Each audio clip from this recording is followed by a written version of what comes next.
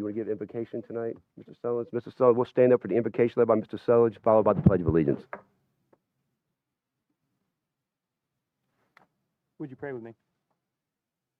Gracious Heavenly Father, we thank you for another opportunity to come together tonight, Lord, and just enjoy fellowship at the same time enjoy being about our county's business. God, I pray that you'll be with us tonight, Lord. Just give us wisdom and discernment. We're going to have a lot of numbers, a lot of decisions to make. Help us to keep in mind these are all preliminary decisions. Nothing's finalized tonight. But I do pray that you would help each one of the speakers to have a good recollection of the things that they want to share with us. Give them the ability to communicate this succinctly and clearly so that we understand where they're coming from, and just give us wisdom to make good decisions. Father, be with us as we leave tonight. Help us come back at the next point in time, which unfortunately is tomorrow night. And we just ask all these things in your name. Amen. Amen. Amen. Pledge allegiance to the flag of the United States of America, to the republic for which it stands, one nation, under God, indivisible, with liberty and justice for all. Thank you. All right. Are there any amendments to the agenda? No? None? So this time we'll open the floor to public comment.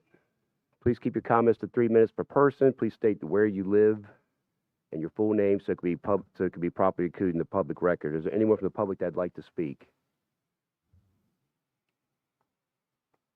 Is there anyone online?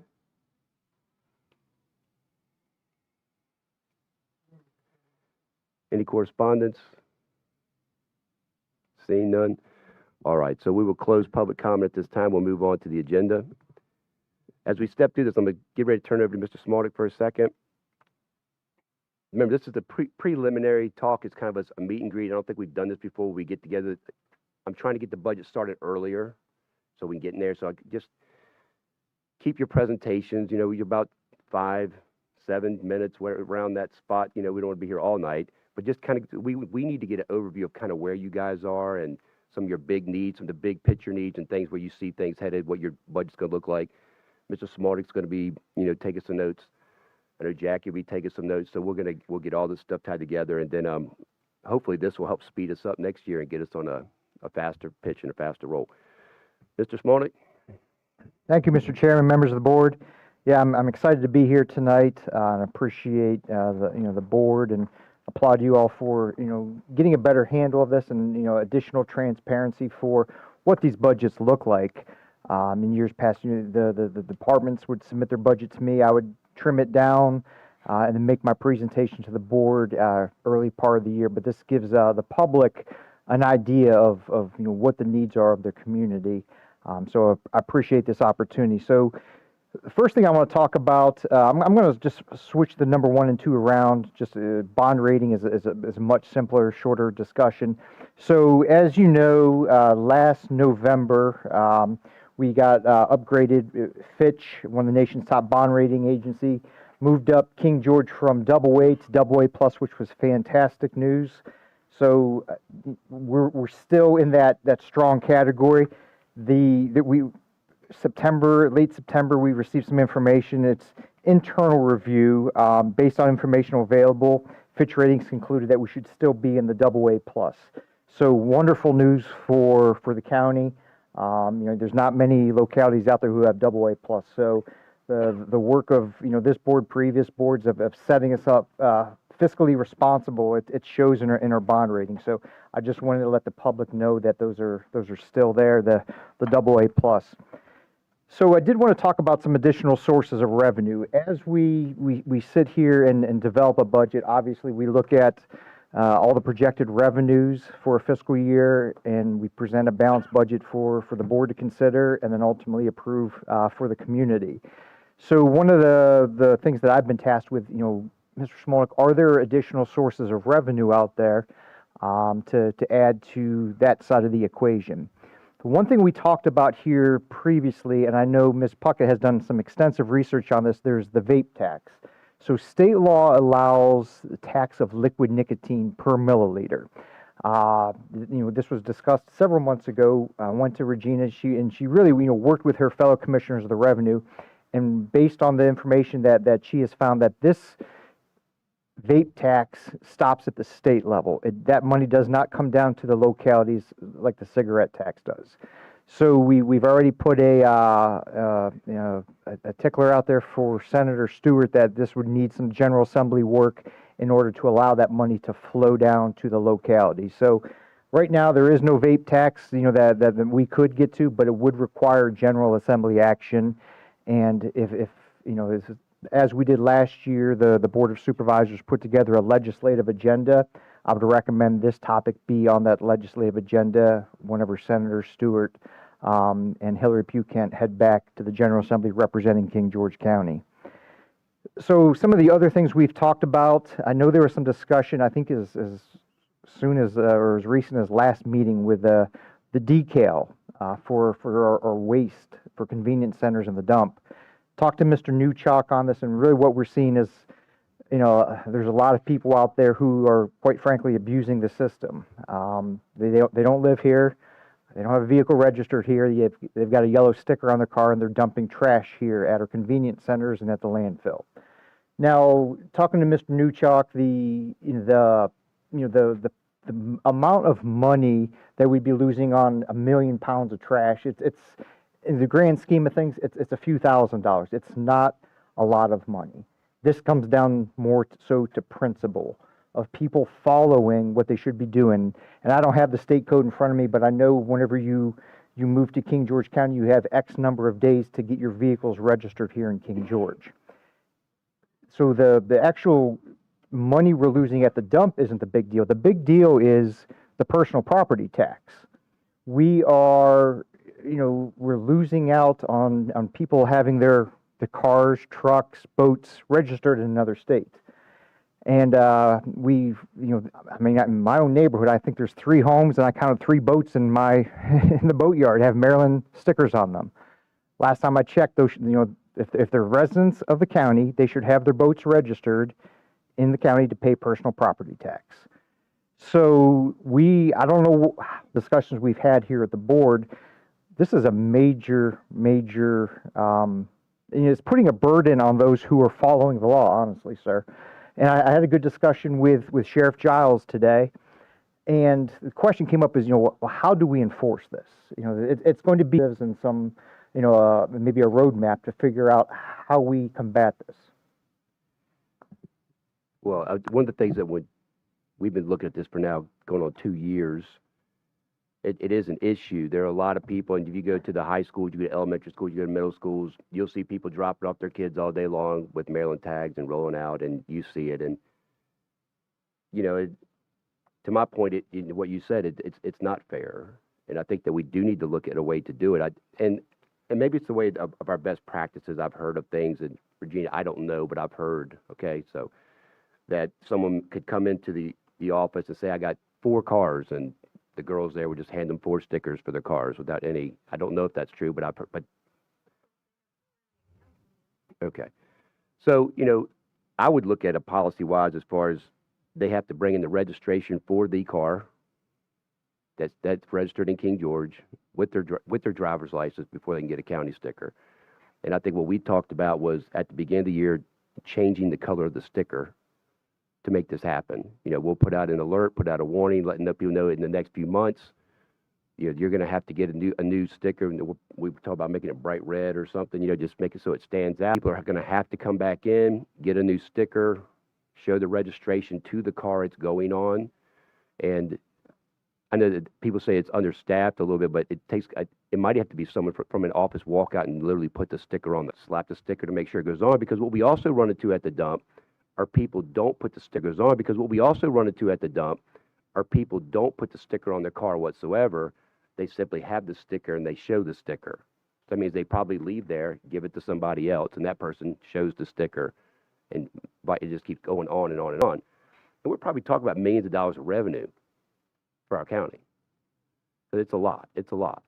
And you're talking about boats, a serious problem that it's going to take some time. It's going to take some people. We got some smart enough people here to figure out how we can solve it without saying, it's too complicated. We don't have the manpower. I mean, I've talked to the sheriff as far as it only takes one day for the sheriff's department to be at the school, and as cars are rolling out going, pull over, one morning, they don't know what morning you're going to do it, and go, well, bring that real estate, if you own real estate in Maryland, bring it to court. Here's your ticket for not having your tags. It only takes one day of doing something like that. And it sounds, well, Bill, that's tough, but it's stealing from the county. You know, you're using the resources, you're using the schools, and the people here that live here and pay our taxes, everyone's here. We're all chipping in. We're all fighting to the same goal, which keep taxes low, and pay your fair share. So I think it's something that we have to head up and take on. I think that it'd be good for us to get together and do that. Mr. Chair, I know it came in late, but one question I have on that is, sometimes grandparents drop off their, kids, they come over and watch them. So I want a clarification on that. And then in the past, I know, because I've actually been in the revenue office when this happened, is people come in and feel that if they own land, they have a right to the sticker also. That's right. So we're looking at, I think the way we've been talking about is county residents. I think that's the way we've been taking the approach of that's what it's for. Mr. Sullins? Another exception that's been brought up is people that are in the military but living here, and that's easy enough. As they're coming through, if they've got a sticker, out of state tag, that the people that are checking at the landfill, they could just ask them for their military ID. They're supposed to have that with them at all times anyway, so that's easy to work around. Mr. Collins, do you have anything to add? And Mr. Chairman, just the transfer or the convenience center and the dump is kind of one portion of this. I mean, you've got a boat sitting in your driveway that's registered in Maryland or somewhere else. Obviously, you're not taking that boat to the landfill. Right. So the landfill is a component to combat this, but there's still additional measures. And I think I told Sheriff, I said, if there's a 1% chance of getting something done, let's go for it. And I think we've got the right staff here, and just board, give me the go ahead, and we'll put a team together and bring you back some options. Was it the will of the board, Mr. Collins? It's the will of the board. It is. Yes, sir. Okay, thank you. So the last source of additional revenue I do want to talk about is the meals tax. I believe this. So state law. We're dealing rural state. We can only do what the state says. The state says localities, i.e., counties, cities have a lot more power than counties, but counties can go up to, we need to treat them the same, so we cannot put different tax rates on different types of businesses. So this is on prepared foods only. So right now we are at 4%. And what I've handed out in front of the board, you've got these numbers. So these are general fund revenues, and you'll see under property taxes, I've highlighted meals tax. So 25, we projected $1.6 million receiving for meals tax. The year before that was 1.5. So I was pretty conservative when I only went up $100,000 with last year's budget. So if you focus on the June 31, 2024, this is actual 12 months. So when that budget was passed, 1.5 million was projected. The county collected $1,870,142. Budget, I believe, a penny on the real estate was about, with 98% collection, was around $401,000. So a penny on the meals tax is more powerful than a penny on the real estate.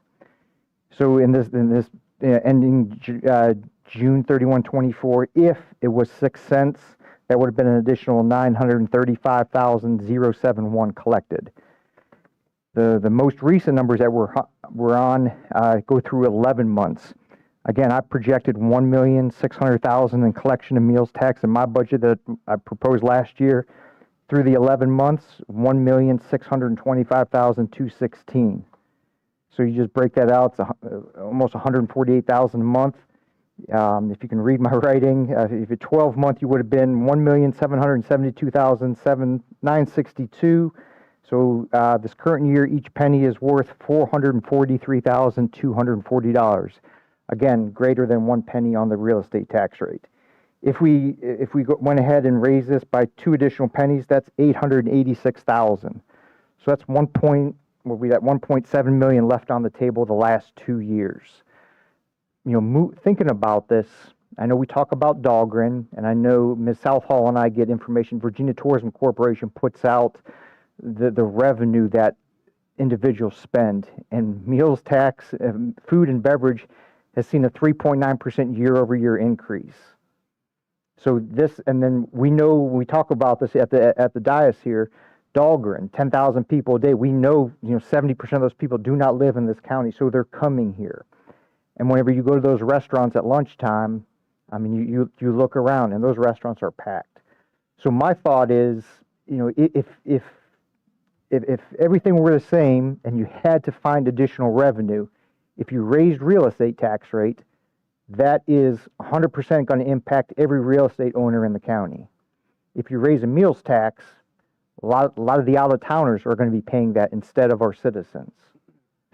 So, that's something for you all to consider, but, looking at, 886 and 935 in 2 years respectively, that's quite a bit of money.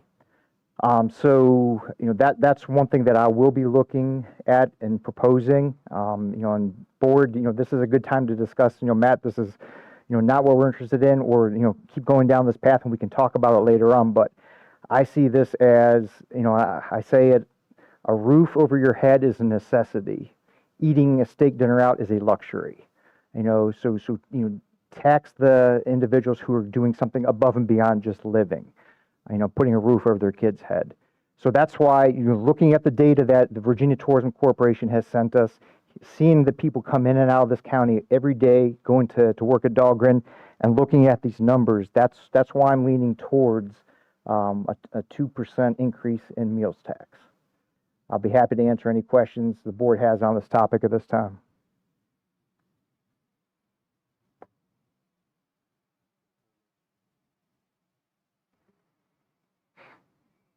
Any comments?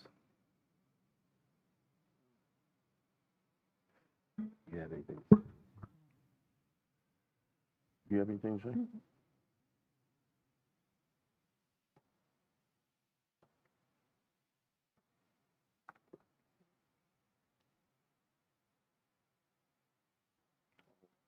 Okay. No comments right now. Thank you. Okay, thank you very much. So, members of the board, Chairman, that's well, I've got a couple parts a little bit later on, but the way I see this moving now is we've got the departments, we've got the seat immediately here to my left. I guess if it's okay with you, Mr. Chairman, we'll just start down the list, and those individuals representing that specific department come on up and address the board with some of your potential needs for FY27. Mr. Chairman, Mr. Collins. so may I address Mr. Smolnick in regards to the revenues before we get into that part? Sure. So the sheet that's in front of me is the revenues from property taxes to license taxes to permit fees. And if I read this correctly, there's original budget. Let's talk about the second line of real estate public service. The original budget was 795,087. The amended budget was 79,087. But the actual was brought in was 846,882. Is that correct the way I read that? These are the numbers that were provided me by finance. Yes, sir, that is correct. Okay. So with that in mind, if you look further down, the ones that are really concerning is you look at the personal property tax that was budgeted 11,793,000, but actually only collected 7,233,000. That's a huge number. I believe that's only the first half of the payments for the personal property. We have not had the second payments due yet. Okay, so this is not really correct in, as far as It's as of today. As of today, those are due on December 5. I think those are due on December 5, the second half of the personal property tax. So when you're crafting a budget, what would be the amounts of revenue that you're expecting for the year? 11,793,000. We've had one full collection of personal property tax. Some individuals may choose to pay throughout the year, but the majority of the folks pay twice a year, at the June and then the December deadlines. We have not hit that December deadline yet, which should account for the vast majority of the remaining of that personal property tax.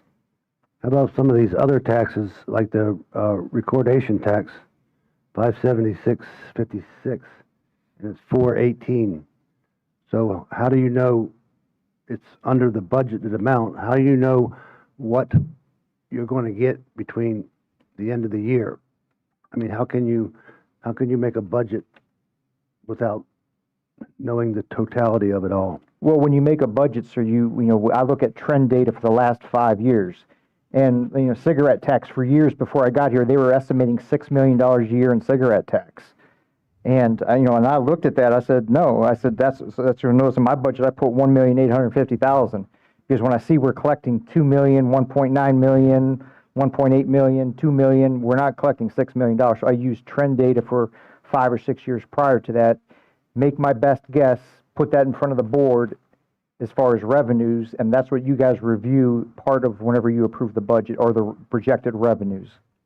Okay, so all these taxes on the left-hand side, you still have taxes to collect from personal property and real estate. Is there other taxes to be collected from any of these other ones on the left?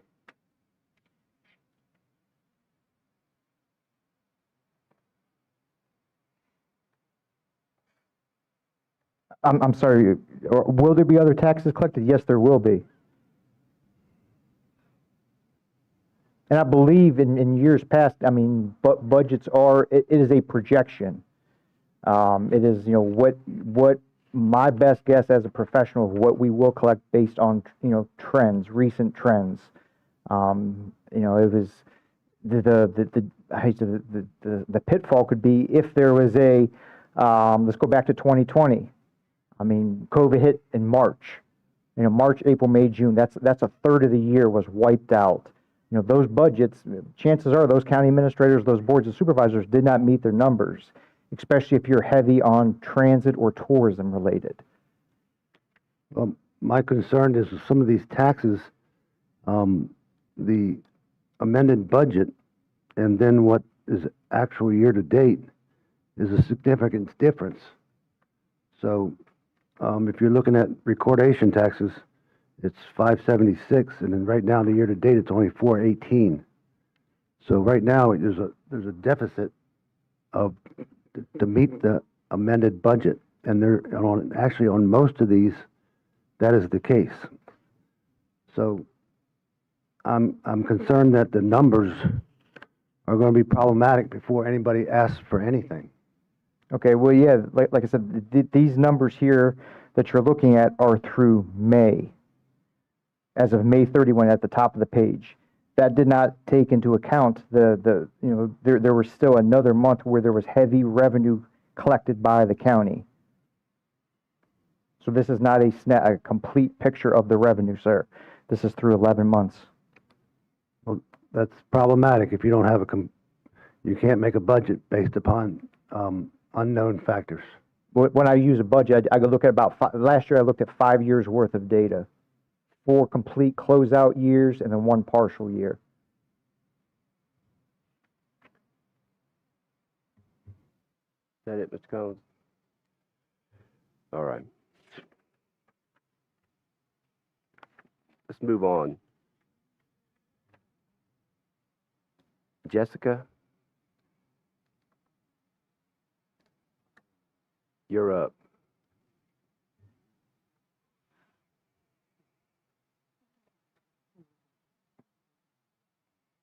How you doing?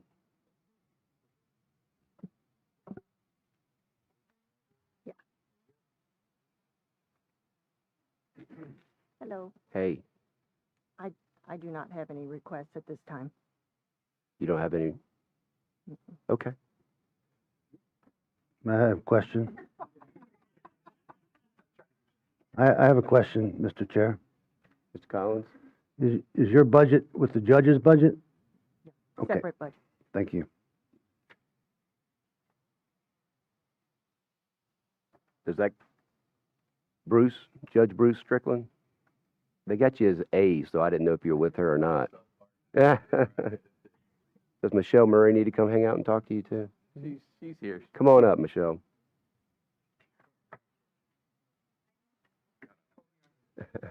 Make her talk.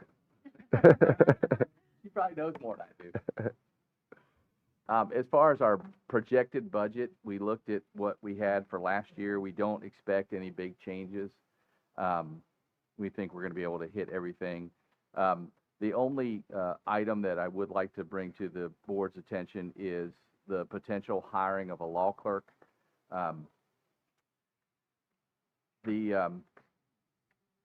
The cases here in King George, what I have found, I've been here for about a year and a half. I'm sorry. About a year and a half. The criminal cases are atypical, no offense, Ms. Gusman, but they are fairly standard. They're not overly complex. But the civil cases here are a different breed. They are significant, complex litigation, mostly dealing with land issues, deeds, some wills, and what that brings with it is series of pretrial litigations with a lot of filings of motions and pleas and bar and demurs, and a lot of legal research and writing. Right now, I do all that. There's nobody else to do that. And what happens, I was explaining earlier to Member Collins before we started, one day I'll have a divorce case, one day I'll have a criminal case, the next day I'll have motions days, and then I'll have a complex civil case, and the next day that's followed, I'm driving to Westmoreland for another case.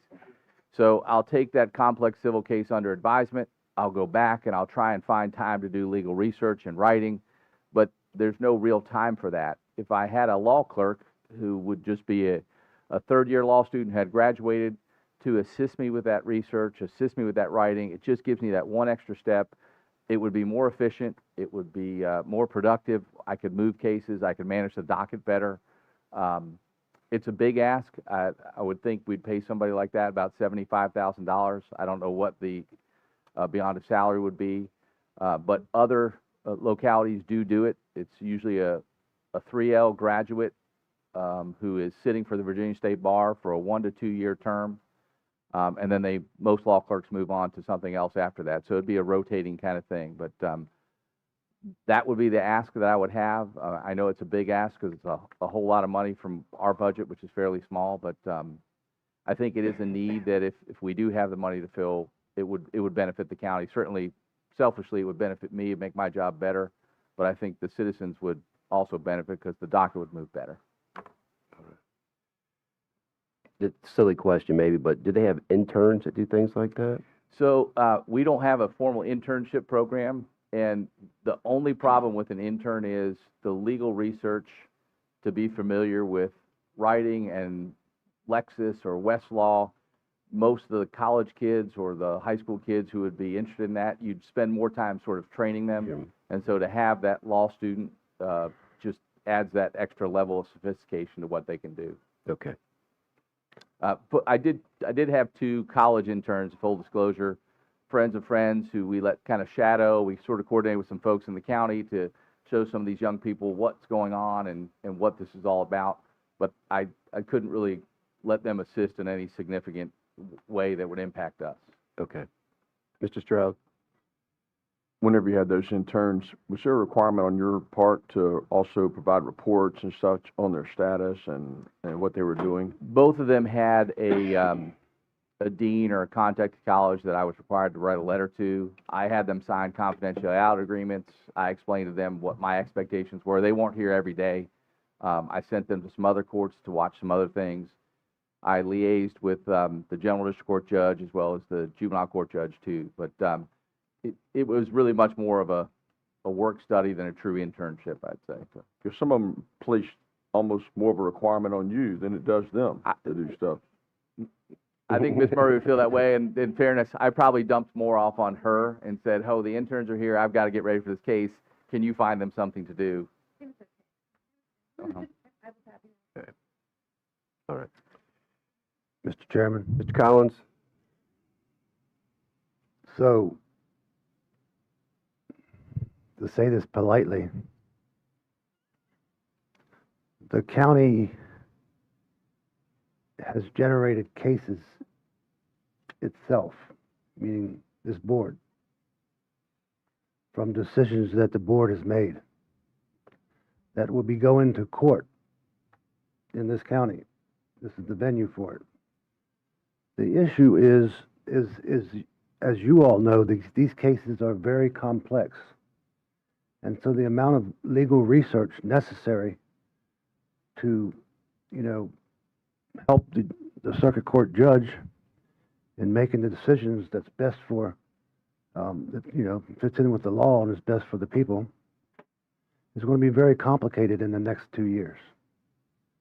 And, I'm just thinking of 2 cases off the top of my head that would, you would need a full-time law clerk or 3 to do the research that's going to be necessary for these cases. Right. So, selfishly, for the board, I would want a law clerk because I'd want the judge to have as much information they possibly can for the county citizens. Thank you. I appreciate that support. All right. Anything else to add? Well, thank you both. Thank you very Appreciate much it. for your time. Miss Rebecca Connor? No? You instead? Not jumping, so I'm already jumping up. All right, So good. Ms. Connor, she conversed with me on this. She didn't have anything out of the ordinary. The one thing I did want to point out, though, just so one of the board sees it, so there was a recent change in combined courts. They are splitting them into general district and to JDR. And so you will see actually 2 budgets with the FY27 budget. Last year and the previous years, you reviewed a combined court. So I just want to put you on notice for that. Good. That's a change that came down through the state. All right, Miss Gooseman. It's Gussman. Gusman. If you put a B in front of it, you wouldn't call me Boozman. You'd call me Busman. Would I? That's the easy way to remember it. All right, maybe. We'll see. All right. And on that date, when I told you that we would be paying the money that we were getting from the state was $76,000, Mr. Collins, you may recall, your words to me were something to the effect of, do you think you're going to get an attorney for that? And I did one of these. And I can now tell you I cannot get an attorney for that. I have gotten 0 applicants. How we do this is we have the Virginia Association of Commonwealth's Attorneys. Right now, there are 61 positions available for Assistant Commonwealth Attorney Position 1. So if you have ACA, Assistant Commonwealth Attorney 2, that's going to be a little higher up. Then you have your Deputy Commonwealth Attorney, then you have the electeds. So right now, we are competing with 60 other slots. Some of the jurisdictions have more than one at this lowest level, but the average right now of the different localities that are advertising a specific number, the average number they are asking for is the average number that they are offering is a starting salary of $86,000. Many of these, though, are like us. Emporia, they're giving more money. Louisa, they're offering more money. Yes, are some of these going to be bigger jurisdictions that are offering more money? Absolutely. There's a position in Loudoun County. But even comparing apples to apples, unfortunately, I'm going to be back to be asking for more money to supplement, to have a county supplement for the position, not just covering the fringe benefits. And as you heard from Judge Strickland, he's asking for $75,000 for somebody who's not even licensed yet, at least when they start. We waited until October when the bar results came. Saying somewhere about 86, 85, somewhere abouts. Yes. Rough number, probably I'm looking for a grand total of $25,000 out of the county, because remember, you're going to have to not only be coming up with that additional $10,000, $12,000 in salary, that's going to add how much ever to the amount for the fringe benefits.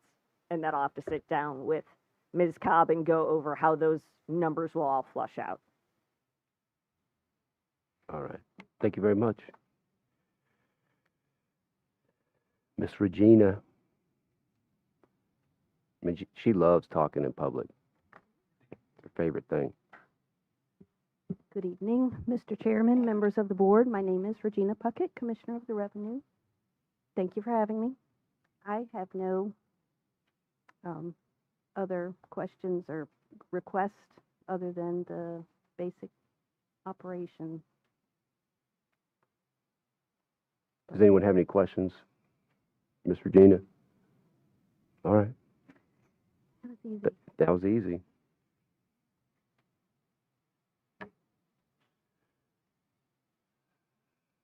LaDuke.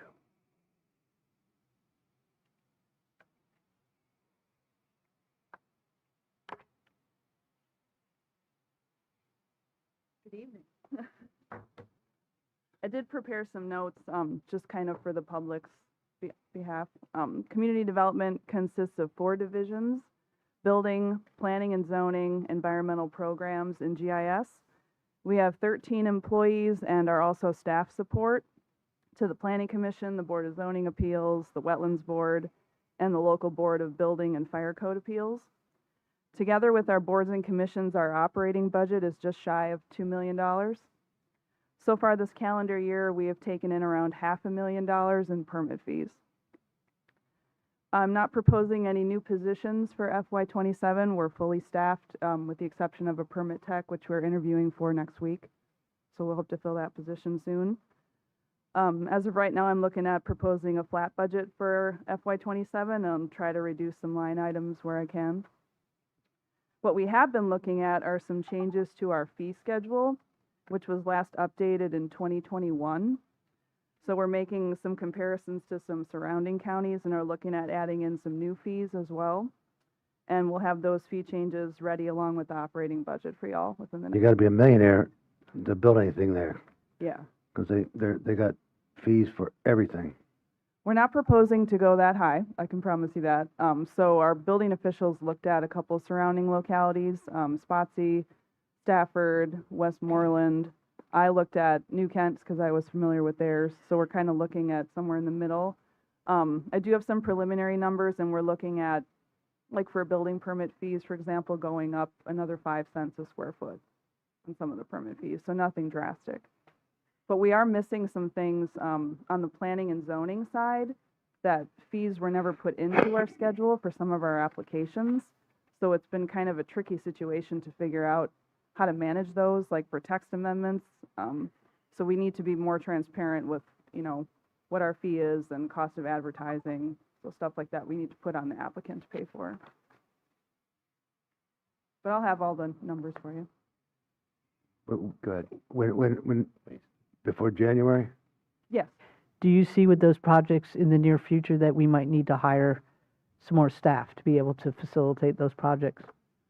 I think that'll probably be taken care of with our professional services folks. I don't know if it would be a full-time or part-time staff member we could put on, but that is a really good point. I mean, when we start having all these inspections we need to go out on, I'll have to have that discussion with my building guys. And I asked too, because obviously the developers, especially those in certain industries, might be pushing a little hard for it quick. Expedited, yeah. And I know a lot of those agreements were made as part of their siting agreements and part of their proffers to pay for that service. So whether it's in the form of a temporary staff person or, outsourcing it to professional services, we'll figure it out. Anything else for Ms. LaDuke? Thank you. Okay, thanks, guys. Ms. Amy Southall?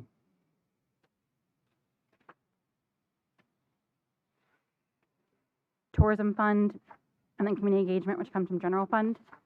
There's only really 2 things that I'd like to bring to your attention of the list of like 7 or 8 that are here. One is I would like to request to move the $17,000 I have budgeted for the mowing contract of the medians on Route 3, Kings Highway, to a contract managed by General Properties. I forgot to write their name. I just put their GL code, so I apologize for that. Main reason for this is because state law says that we have to spend tourism funds for marketing additional tourism assets. And so I think that's a bit of a gray area. Additionally, this will clean it up that you know, it's a mowing contract managed by mowing is the responsibility of General Properties. And then the other thing I wanted to bring to your attention is the use RSS feed to update the public at buildings. We were going to use the Rivercombe building a couple of years ago as an example building of what that might look like. So instead of those TVs that have updates that we used to have, this was going to be an automated system through the internet that would automatically go to those TVs, and we could send updates. We could have the KG alerts rolling through, website information rolling through. And then we were approached, or I was approached by Mr. Sullins in the summer about possibly getting kiosks at grocery stores, or if we weren't able to get any agreements with grocery stores, at least at our public facilities. And this would allow people who may not have internet access to have updates from the county and have a place where they can go and find out what's going on. We're still waiting on a quote from a company that IT works with. So I'm not really entirely sure how much that would be, but my proposal was to use, if it is the will of the board, the funds that I had for the newsletter and my printing line item, and that way we wouldn't have a recurring Their $20,000. lifespan, how rugged are they? Are we sure that, you know, people aren't gonna bump them and break them?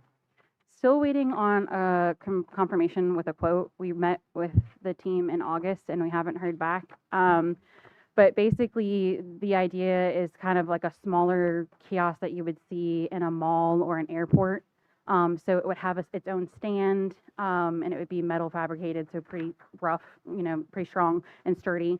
One thing we were looking at doing in the proposal when bringing it before the board was to do a TV outside of the Rivercombe building. So that way, when people were coming in for meetings, that they would have something underneath of the porch awning that they could see when they come by. And that way they would get updates when we were even close. Yes, sir. Thank you. So for county administration, so recently we had our front desk personnel, Ms. Kyasia Turner. I always like to promote in employee growth within an organization. So Kyasia over the last several months has been assisting Ms. Cobb over in finance, and we had a discussion, Ms. Cobb, Ms. Fish, myself, Ms. Dillard, really about Ms. Turner, and we felt it was time, you know, she could do more for the county in finance. So recently she's still getting paid out of our budget for the remainder of this year. So the admin suite, we now have 3 folks in it. We're down to 3, but we're between Ms. Southall, Ms. Fish, and myself, we are definitely managing, but you know, looking to fill that front desk seat. Maybe a part-time person that we can utilize for you know, interactions with the public, and then also to help with some of the other clerical staffs with some of the boards that our suite serves. So that's one thing that we're looking at for administration. Other than that, I anticipate a flat budget. Oh, one other thing, and I'm not sure where this would lie. You know, we always look at, you know, as an economics guy, you always look at your return on investment. You know, and are you getting the services for what is paid? So one thing, and recently this board has, anytime the county gets a grant, the board obviously has to accept that grant. So there's quite a bit of work that goes in. I think the sheriff's office got $150,000 for some consoles and kind of took that off the CIP through grant writing. One idea that I'm kicking around and having some discussions with is a grant writer / grant administrator. You know, we've got the ARPA funds right now, and I'm looking at some of my folks who are administering those $21 million. That's a job and a half. And with a grant writer, it's easy. If benefits and salary is $120,000 a year, and they bring in $121,000 in grants, they just paid for themselves. That's an easy position to quantify. Are you worth what we're paying you? So and always encourage my staff. I know Mr. Clark, he's good at finding grants, but that's in his free time, part of his long weeks. So if there's a lot of money that's untapped out there. If we can go ahead and consider hiring a grant writer administrator, if we can tap into several $100,000 a year, that would be wonderful. So we're exploring that right now, and I'm not sure if that's a finance or somebody in the administration suite, but Grant writer, I mean, every grant that's out there, I mean, you apply for everything, right? That's all your job is, just apply, and if you get 4 out of 100 or 50 or whatever it is, it could pay for itself. Just, yeah, it's that money's out there. I think we're missing out on a lot by not having that in our county. So that's all I have for administration, unless there's any questions from the board. Ms. Bender? Mr. Chairman? Yes. One thing is, I know I've mentioned it to you before, Matt, is that when I was at NACO, I saw some demonstrations from some young folks that have new businesses that, and startups, and they talked about the AI, what Kai's job was, and you have an automated system where people can call in and then it doesn't tie up all the staff, and the AI can answer the simple questions and then facilitate, them to the right department or give an answer. So is that a consideration to look at some software like that possibly too? Absolutely, we can look at that. Yes, ma'am. Mr. Collins? So when you have a discussion on a grant writer, what I've seen when people hire a grant writer, instead of doing grant writing, they're doing everything else but grant writing. So if you all decide that you want a grant writer, there's definitely plenty of grants to get, but you have to keep them focused on doing grants and not other administrative work. I agree. I think I'd trust my county administrators to make sure that happens. Yes, sir. So moving on, if I may, County Attorney, I'm here representing Mr. Stewart. One thing that we've looked at, so in the budget that the board approved, there is a line item for outside counsel. If there's some HR questions or something else comes up, I know, sometimes Mr. Clark, he'd be with us tomorrow night. He gets paid out of those funds. And I know one department for sure, Human Resources, I know they have a line item in their budget. They use Kaufman and Knowles, a reputable law firm. So one thing that I talked to Ms. Courtney about is just simply moving any outside attorney fees into the attorney's budget line item. So nothing should change from what you guys see in the operating budget, other than you'll see a note of transfer of outside fees, and that's just me bringing any attorneys for different departments under one budget. So very minimal change for the county attorney.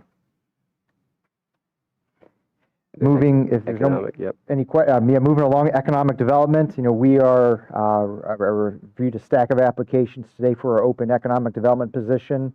I think Ms. Southall and I, when we get fully staffed, we're going to have a very vibrant suite there with a lot of creative thinking. So, I just anticipate a very flat budget for that. Maybe some additional training for the new individual based on who we hire, but no surprises in economic development for the board in FY27.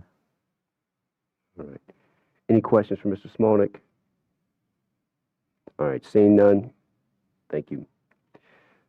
Mr. Bryce Young.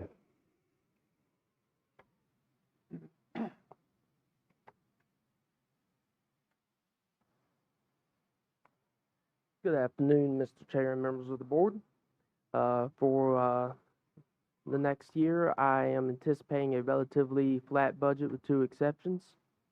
One would be an additional person, and this would be our project manager to focus more on managing current and future projects. I'm requesting a salary of about $80,000, and I would suggest splitting this between the county and service authority due to the amount of work my office does do for the service authority. And this position would require additional cell phone and laptop. The other item that I am going to request is a additional vehicle. I'm happy with something like a retired sheriff's office vehicle. It doesn't have to be anything extravagant, just something for the potentially 3 of us to use. That would give us 2 vehicles for 3 people. Any questions for Mr. Young? May I add something, Mr. Chairman? Yes, sir. So I had a good talk with Mr. Dan Hamilton, of course, our Service Authority General Manager, and looking ahead into this budget. And Ms. Bender, I'm not sure the discussions if you had them with Mr. Hamilton, so I apologize if you have not. But during our weekly meeting today, this topic came up, and the construction manager would be doing work for the Service Authority and the county.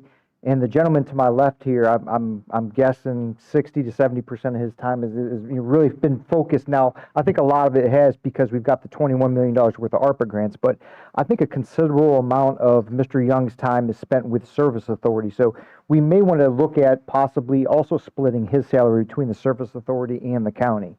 If you split that, that would take a dent into this number for the construction manager, should you want to hire this person. So the county's operating budget would not bore the brunt of this position if we do split Mr. Young's position. Ms. Bender? Yes, and I would have to say in my year and a half with the Service Authority, most of the work was Service Authority related, and it comes back to when the citizens don't realize of how much that the county resources that are used that is helping the Service Authority for free. So Mr. Hamilton has mentioned that to me, and I think that's probably going to be in his budget presentation when that comes. Probably a good idea. Thank you, my friend. Thank y'all. All right.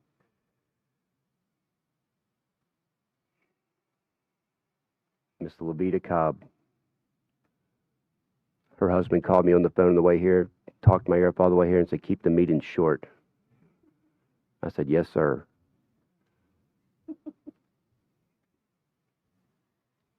All right, good evening, Mr. Chairman, members of the board.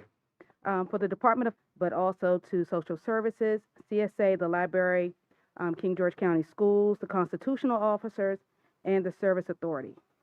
Our core service areas include accounts payable, payroll, procurement, accounting, debt management, risk management, surplus property, operating, and CIP budget. So because our areas are so robust, I feel that it would benefit the county and our members if we sow into them. So that's all I have. Any questions for Ms. Cobb? Mr. Chairman, what is the amount of money that you'd like for additional for training? I'm trying to think what I asked for last year. It was very minimal. What we try to do is stick with like VGFOA, which is Virginia Government Finance Officers Association. We're members already. So we try to stick with the training that they offer. We try to go with Department of General Services with the state with that training. And any of the training that my team, Okay. very Thank you. minimal. Ms. Bender? Yes, Ms. Cobb, I do want to ask and clarify, or with Kai's position, is that an extra position that's going to be added in the new fiscal year? It will be a transfer from Mr. Smolnick's, yes. Okay, thank you. Mr. Sullins? I was going to compliment y'all on doing such a great job with the last year or so. And with that, what kind of training do you anticipate? So our procurement manager, she is going to go out for her Virginia Contracting Officer Okay. Certification. We currently have 4 VCAs, which is Virginia Contracting Associates, on our team. Laverne and I, Ms. Dillard and I, will be going out for our Virginia Government Finance Officer certifications. And $2,000 so going to cover that? Hmm. Is $2,000 going to cover that? That's a lot of that's going to training. be broken up. Okay. That's going to be broken up. We're trying to be smart about this so that we don't put a boatload on the county at one time, and we also don't put a lot of, it's smart about what we do, but we want to make sure that we don't put the burden on the taxpayers. So, we'll do it in small increments. Thank you. Anything else from Ms. Cobb?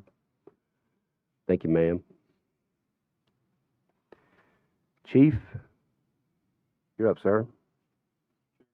Yes, sir. That'd be fine. Yes, sir. Yes, sir. I've been wondering why people just walk by it. Didn't sit at it, so.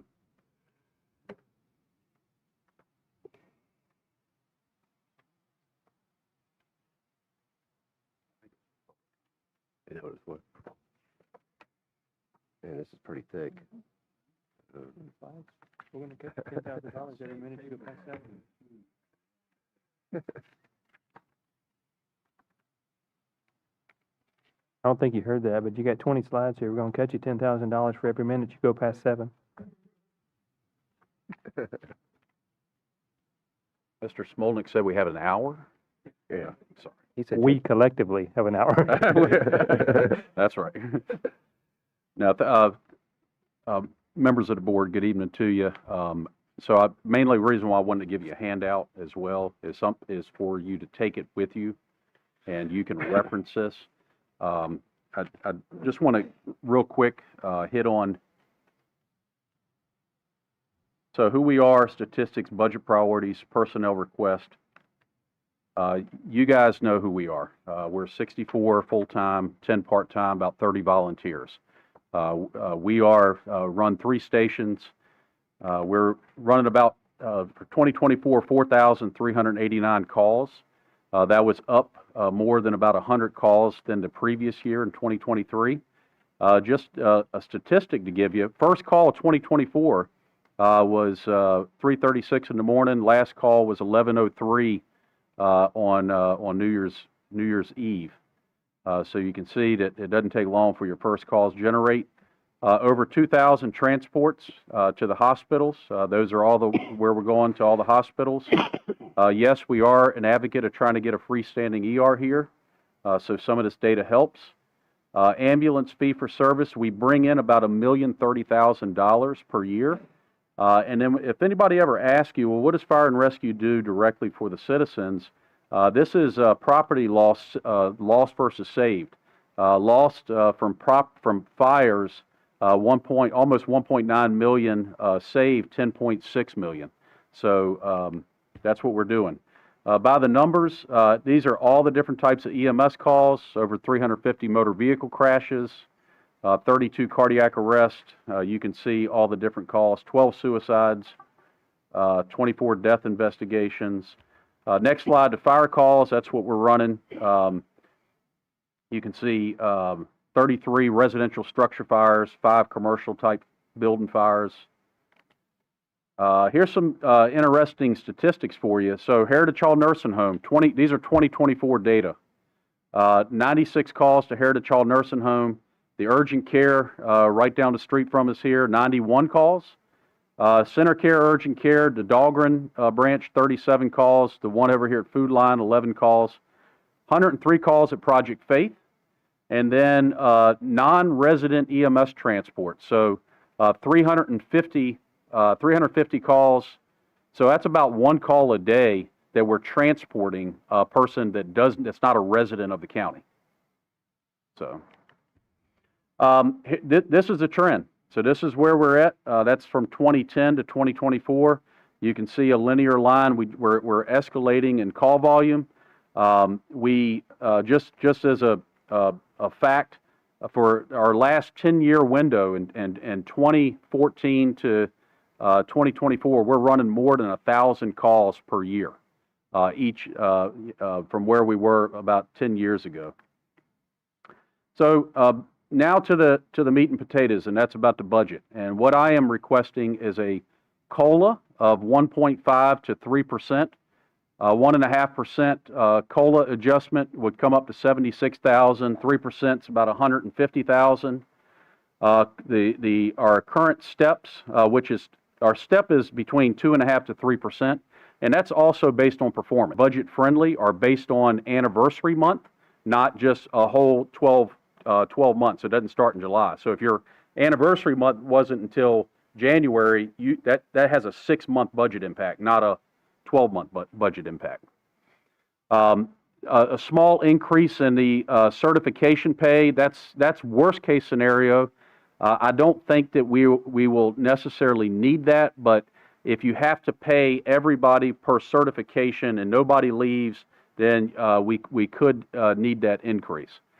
Now back to the COLA, and I put this as a footnote. So the last COLA adjustment that we had in public safety was in 2023, and that was of 2%. Since that time frame, well, from 2022 to 2025, the Consumer Price Index, National Consumer Price Index, has went up 17.5%. So we had a COLA adjustment of 2%, where really the cost of living went up 17% during that same time frame. I'm asking for 7 full-time positions. I'm also asking for 2 recruit overhires and 1 pharmacy technician. Of those 7 full-time positions, 4 of them will be paramedics. When you hire 4 paramedics, you get 1 paramedic working 24 hours a day. So it's not all 4 at one time. In order to cover a round-the-clock 24-hour shift, you got to have 4. Okay? So that ranges the base salary 53 to 61. You get into the total request, including benefits. Base salary, built-in overtime, holiday is 389, 215. I will just say this. I sent Mr. Smolnick an article from Northumberland County here recently. I know y'all went on to a Northern Neck Summit, and they are proposing to raise their paramedic pay starting at 58. So that just gives you some idea where we're at, even in our Northern Neck neighbors. I'm asking for one deputy fire marshal position. I think that's going to be starting and expanding your fire prevention program is going to be essential, especially with data centers, especially with battery energy storage facilities, solar farms, more commercial buildings, hotels, etc. It's very important. One assistant training officer. This is important because we're having to teach our own academies. I know we had some discussion about how many people it takes to train these individuals. We have to follow the guidelines of the state and of the curriculum, but in order to do that, we got to have more staff, looking ahead in the future. Also, one EMS supervisor, and then 2 recruit academy overhires. And this is important because what we find is when we put a 6-month academy on, if all positions are filled and we can't put anybody in there, and then all of a sudden 3 months pass and somebody says, "Hey, I found out this isn't for me. Here's my resignation, Chief Moody," and then we can't reverse the time clock and go back and say, "Okay, well, let's call somebody up and hire them," because now they got to wait for the next academy. So a lot of places are doing this because regardless whether you're training 6 people or 16 people, the cost is the same in training them. Okay, running the academy is the same. What you have to pay, salary and benefits. But these would be more temporary positions. If somebody quit, if somebody left in the department, well, then they would have a full-time billet, so to speak. If they don't, well, then essentially they walk away with a skill set of training that anywhere in the region would suck them up and hire them. So I think it's important. There's a lot of places that are going to that model. Pharmacy technician. The pharmacy technician is important because the state thought it was going to be. They pushed us to have a pharmacy in every other locality. So we're running a pharmacy, and we have to follow all the DEA, the Board of Pharmacy. Just as a little history, so the last time we were given positions was back in FY24, which is in 2023. So FY25, we requested positions. We weren't approved any. This budget year we're currently in, we requested positions, and there were no positions approved this year either. Tight budget year. Snapshot of some of our previous recruitment. You'll have 43 applicants, 15 applicants that are qualified. Of the 15, 6 say they're going to come take the test. 5 applicants, and then all 4 of them need 6 months of basic training. It's interesting. Nobody would take the position, and the one that would, you don't want to hire them. So that's kind of where we're at. Good. Just turnover. Turnover has been last year was quite a problem. We had 21 personnel turnover in 1 year. Of that, 2 retired, 2 were terminated in the academy that couldn't complete, and then 17 resigned.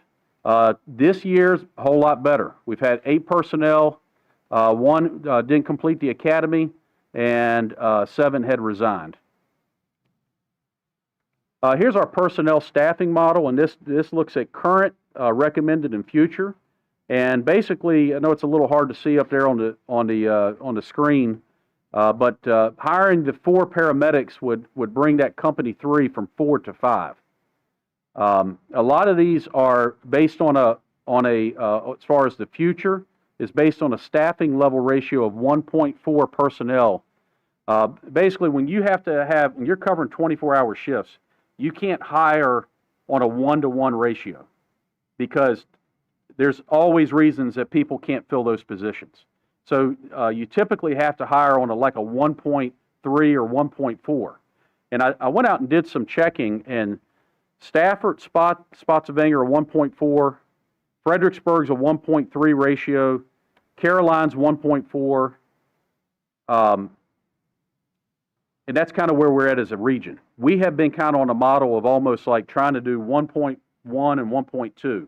It hasn't been effective. You guys understand that ratio? You have the Family Medical Leave Act. So I have a surgery, doctor's going to put me on light duty for 4 months. Well, you can't use that individual. So you have to have more people to do those tasks. So here's our response zones. This is our county. Essentially, we have 3 stations. It covers 185 square miles, Company 1 being the largest. Company 1 covers 113 square miles of the county. This is all your incidences in 2024. So you can see kind of where the Route 301 corridor is. And basically, the reason why I put this up there is this is where we need to go in the future. We need to eventually, down the road, start planting the seeds for a Company 4 Shiloh station. And we break the Company 1 district up into that magenta to the east. And in the past, we had looked at the land that the county owns for the school bus garage. So, with that, eventually, over time, that has operational impact. And as always, thank you for your continued support. It certainly doesn't go unnoticed, and we appreciate it. We couldn't do what we do without you. And we're never remiss to that. And so thank you. Thank you, sir. Can I ask you a question too? Yes, sir. I'd like to I had a summit with the Northern Neck, and I just went to VACO, where I spent most of my time at VACO with the people of the Northern Neck, because that's who we're trying to build our relationships with. That's who we do stuff with. And I'd like to get just, let's say, how many incidents we had, and how many calls are we doing? Like, say we had a total of how many calls you guys took for a year. How many of those calls are outside of King George County? I'd like to just get an idea of what those numbers are. I know that we have a lot of their staff isn't paid at all, especially in the fire. And I would never say let's not support, not help them. That's not. But Sure. I'd like to get an idea of also. It's convenient for them also, that the fact, and I said this to them, it's convenient that you guys don't have to pay for those positions, because we're having to pay for those positions, to support them, and we're Right. helping them, which is what we should do. We're good neighbors, they're our partners, but I'd like to get a kind of an idea of what that looks like. Yeah, and that may be like in Westmoreland, because I know when we had talked, so there may be a little bit of a misnomer. Okay. So it is a true statement, like say Westmoreland, that they don't have paid firefighters. That's probably true, except for Colonial Beach. I think they have one that we talked about. Right. But they have like 45 paid emergency service personnel, Yes. full time. But they're currently just doing EMS. Yeah. So will they eventually branch into that? But I've heard people, but I can get some numbers. If you look, are you looking for how many times we're going there? Yeah, I'm looking. I think we should know, but we're also, like you just brought up the idea of a fire station in Shiloh. Right. Right. So it's going to be on that line. So I can imagine that they're going to be taking a lot of calls across the line. Right. And what can we do to maybe sit down with counties to offset costs? Yeah. Right. I mean, Yeah. I have no. We would never turn it down, right? I mean, it's just like, if we didn't come into agreement with the base, they're still going to come help. We're still going to help them. Right. It's just, that's never going to happen. But I'd like to get some hard numbers so I can sit down with these people sometime and go, look, this is our resources are going into your county to help, and what can we do to offset some of this stuff in the future if we need to? Because a fire station in Shiloh is probably a great idea. Mm-hmm. But I imagine that fire station in Shiloh is going to be going into Westmoreland and other counties probably more on a regular basis, It right? could. And I think a better data to help give you a full picture would also be the data of how many times they're coming into King George. Absolutely. Yeah. Yeah, absolutely. So, and I've talked to them about that as well, but I'd like to get that from you Sure. as well. Yep. to get an idea. I want to see how that partnership's working out. And I know they're very happy with it. It's very seamless, you know, but I just want to be able to track it and just get an idea of what we're doing. Sir. Any other questions? Mr. Sullins? I got a few if I could. So you mentioned Northumberland County. When we did that summit, the Economic Development Summit, most of the counties, if not all of them, there indicated that they had almost all volunteer fire departments. Now, I understand the paramedics, you know, they're paid for, but where does Northumberland fit on that? Are they volunteer-based as well? I'm pretty sure Northumberland I mean, they have a paid emergency services, but they still have, I don't know how many stations, volunteer stations, but they're still definitely heavy volunteer. Yeah. Now, we talked about unfunded billets and whatnot. Y'all finished last year with a fairly sizable carryover. Yep. And I thought I was told that was because there was a position or two that you were supposed to fill that you didn't. Is that the case, or? I don't believe that is the case. And that's where some of that can happen too. That's why I think, you know, like the overhire is a good thing, because what can happen is that if you don't, you may have the money to hire a person, but you can't hire them because now you've already have passed where they need to be trained. So the training program has already advanced 3 months. Now you could have hired them, you know, 6 months ago, but you didn't technically have a position. Now, a couple more, sorry. Are we doing exit interviews? Having 27 people resign, that's a Yeah, so I have kind of a big deal. I have a breakdown of all those. We went through all of them. In 2024? Yes. Yep. Okay. Yep. So we do, and I'm happy to even provide you a breakdown, and that has also been vetted by HR. Yeah, I'll just get on your calendar and come meet with you again. Sure. Yeah, It's been a while absolutely. since I've been over there, so that'd be Yep. fun. That'd be great. And last question, I'm sorry, is last year, there was a bit of a kerfuffle this time last year over the budget, and y'all not getting the I think it was about $200,000 you needed for training, PPE, and whatnot. And we said that there was another way of getting that. We were going to give a grant for it. Did y'all get what you needed last year? Yeah, we're making do. Yeah, we got. I don't think there's any gap areas. I don't foresee that being, you know, any issue. We haven't had any operational impact.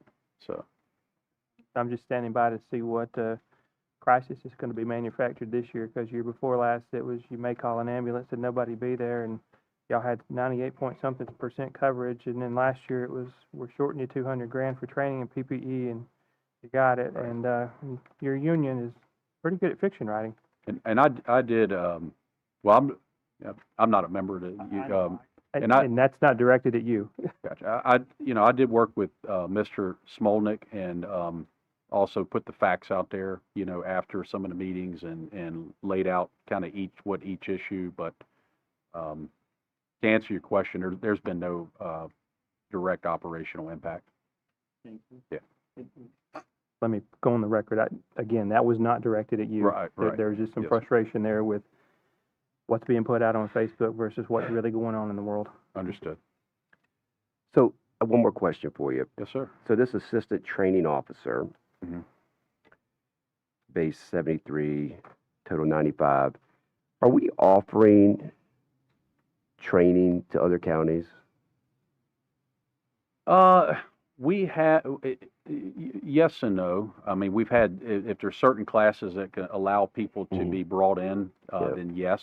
One of the things that I'm kind of working with Mr. Smolnick on right now is possibly, as one of the follow-ups from y'all's Northern Next Summit, is expanding some training opportunities to the east of us. They were very interested in that. I brought that up there, and they were very interested. So I'm looking at this number of $95,000, and that might be a way that we can offset that cost. And that's what I talked to them about, and I even spoke to them about it at VACO when we had dinner together, just about what could we do to help them, partner with them, help train them, but how they can help offset that position. and help pay for those things too, if they're going to be utilizing some of our facilities and whatnot. So that would be, I'm trying to do as much as we can to partner with the people of the Northern Neck, and where they have gaps that we can fill them, and where they have gaps, and where we have gaps and they can help fill. And this would be one of those for me. I could look at this thing right here, and maybe we can get some kind of number together about what that would look like to kind of help offset the cost of hiring someone. Maybe speak to them a little bit and say, what do you guys think, and try to build that relationship too. And what that would kind of look like as far as the cost goes, to help train and help get their people up to where they want to. And any way we can bring in additional revenue to offset that cost, of course, it's going to set us up with a greater possibility of bringing that in, because it makes more sense. Yeah, we definitely look forward and welcome the opportunity of partnering with the Northern Neck. Mr. Chairman? Yes, sir. So as a follow-up to that Northern Neck Summit, I met with the 4 other county administrators, I believe it was last week, kind of a follow-up. And an additional item that we discussed, and I discussed with Chief Moody, was possibly sharing the pharmacy position amongst the Yes. 5 localities. So I think it was just us and Westmoreland thought that we may have an option on that. The other 3 localities figure it was in their best interest to not do that. So I just want to let this board know that if there is any cost sharing, it would be between us and Westmoreland, not all 5 localities. Okay. Is that just for the pharmacy tech, or is that That's correct. But the training, sending young men and women and up to our academies, paying a fair share, that is something that they were definitely interested in. And Chief and I have had some discussions on that. I think they'd probably want to have some sort of agreement that we won't try to take their people once they come up here. Wouldn't you think? I mean, that was one of one of the general concerns they had down there. Yeah.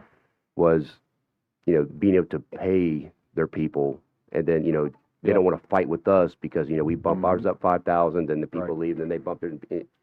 But we lose them to Stafford too, right? We were having the problem when we partnered with the West.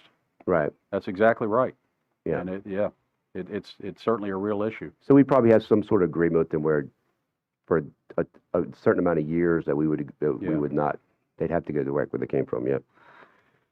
All right. Anything else? Yes, sir. I was waiting for my turn for questions. Yep.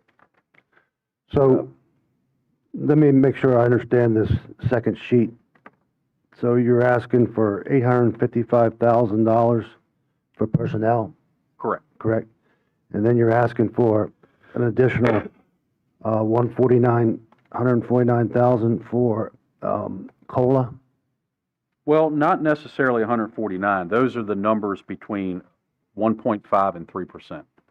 So, if it was 2%, it'd be in between those numbers. The 1.5 would be the least, what I would request, in 3%. So both of them are options.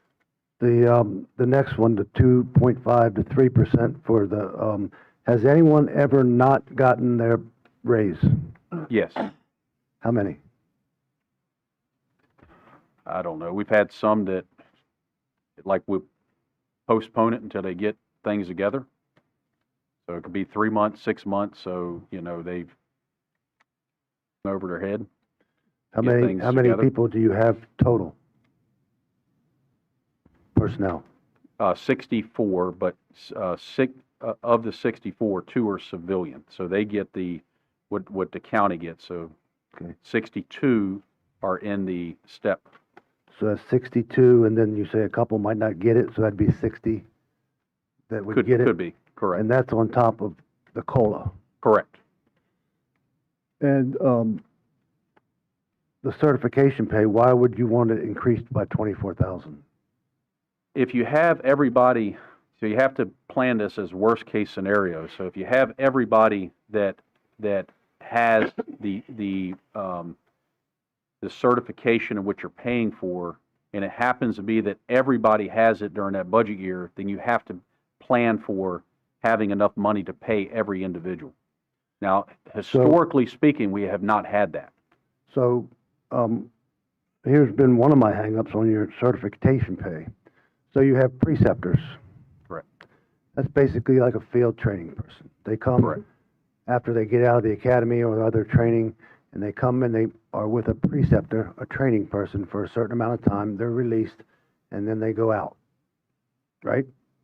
Yeah, for advanced life support. Right, okay, so, but there's many, many people in the fire department, including yourself, the assistant chief, are getting paid for preceptor, and from the records that I've been able to obtain, haven't done precepting in years.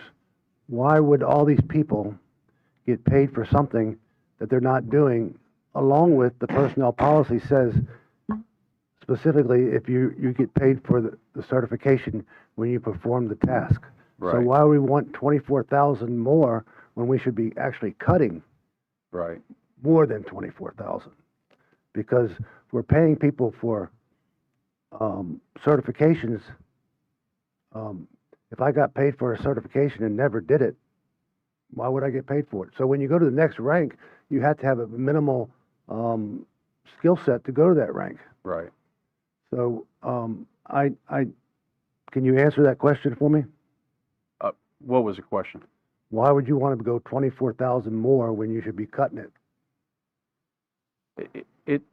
Again, if you have more people, and you have to, if you have 20 people and 20 of them are, it's possible that all 20 would get Against county policy, so they would be doing the job. I mean, that's no. So if you look at the records from the EMS council, which I got, okay. And that was the last 4 years from the EMS council, it showed basically only 3 or 4 people are doing precepting, and they're precepting several people at one time. And then there's another 30 or 40 people getting paid for something they haven't done in years. Yeah, so there has been, I will say, Mr. Collins, to your point, there has been some, I'll call it some oversight issues from the regional EMS council. So I do see that decreasing. And the reason why is that the regional EMS councils are going through a transformation period. And basically in that process, they're turning all over the oversight of ALS precepting all back to the localities, where before they manage it themselves. So when we, as our department, myself as a leader, would call the do less precepting, but they would meet the benchmarks and the criteria that the EMS council put in place. There's a little bit more into it than what maybe tonight necessarily I can explain, but not necessarily so, because I didn't fall off the turnip truck yesterday. I've done my research. So the other thing is that, so when you give this, that you got this agreement several years ago with the Board of Supervisors to get this 3% raise every year for the fire department, no matter whether county employees get raises or not. So why would it be fair for them, the county employees only get 3% and the fire department gets 6%? Well, the past 2 years, the county employees we actually had 2% less than the county employees. You didn't get the COLA? No, sir. Okay. And how many fire marshals do you have now? 0. Okay. How many people can investigate a fire, arson? We have roughly about 5. Yeah, I think it's 5. 5? Yes. And they work on shift. Right. They're lieutenants, right? With the exception of one. One's what? He's a master tech. Okay. Mike McNeil. Yeah. So what would the deputy fire marshal do then? Well, his sole job would be to be doing fire prevention pretty much Monday through Friday and working weekends. They would not be assigned to shift. So they would be doing plan review. We need to start, certainly with data centers coming on board, we need to be in data centers, be inspecting them, working with the building official, making sure that that all of the contractors, all the inspections are updated. Fire code enforcement, everybody is, that complains that, hey, this person's burning leaves or burning, stuff that's hazardous in neighborhoods, investigating fires, cause and origin, investigating, just general fire code violations. But it will be really starting a fire prevention program, which we don't we have a hodgepodge of employees that are wearing a lot of different hats trying to do that. And what I'm saying is that where the county is going, where we're moving to, is that we really need to put a lot of full-time focus into that in order to do it right. Well, I hear what you're saying, but let's talk about like the sheriff's office. They have guys that do crime scene investigations. They're an investigator, and they do everything. Whereas I watch the calls, and actually where you need money is not in the fire program. You need to take money from the fire program and put it in the EMS program. 90% of your calls are EMS. And the fires that do occur, mostly they burn the houses down. So I would put more money in the EMS and try to delete some of this wasteful spending. And you're a little too heavy at the top. You got more chiefs than you have Indians. So, I mean, that's what happens in government and agencies is they start getting top heavy. And so it costs you a lot of money to do nothing. So I know you're hearing this and you only got to hear this for 2 more meetings, but it still exists that there needs to be some better budgeting skills in this. But better budgeting skills? Yes. Okay. That's all I got. All right, anybody else? Go for it. I know we've been going at this for a while now, so hopefully I'll try to be quick. I was asked to talk into the mic. You might want to do the same thing. I thought it was. So, on the slide that's by the numbers, you've got 300 general illnesses. What are those general illnesses? Kind of understanding what those are, sir? Yeah, they can just be from low acuity level, pretty much anything under the sun. Anything that typically does not fit into other categories, and sometimes they can be. I mean, these are as they're dispatched, but they can be more lower acuity. Chief, so how do follow up on? I'm not quite done yet. I wanted to follow up on that what you just said. So these general calls, like we take a lot of people to the hospital for their stubbed toe, which if you look at all the EMS calls, as I do every day, and you look at what's down there, there's a whole lot of people that should be going to the doctor without us paying to do that, a lot. And I know you agree with me. I would say that that's a problem all across our nation about what is important for one person to call versus important for another person to call, or why they think they should call. So, I will say this, are we an agency that sometimes we pick up low acuity medical emergencies? Sure. So is everybody else. And now with that, there's much more emphasis on today. You call any doctor's office and the first thing you hear, if this is an emergency, hang up and dial 911, right? Well, that's what they do. And so we do have a lot of sick people that have a lot of acute illnesses and chronic illnesses in this county. Now that doesn't mean that we don't have some people that don't look at EMS and think it's not like an urgent care on wheels. Right, okay, I'm with you on that. Thank you. Yes, sir. So my next question is the 684 medical emergencies. So those are in addition to all the other things? Yes, sir. Okay. So they're just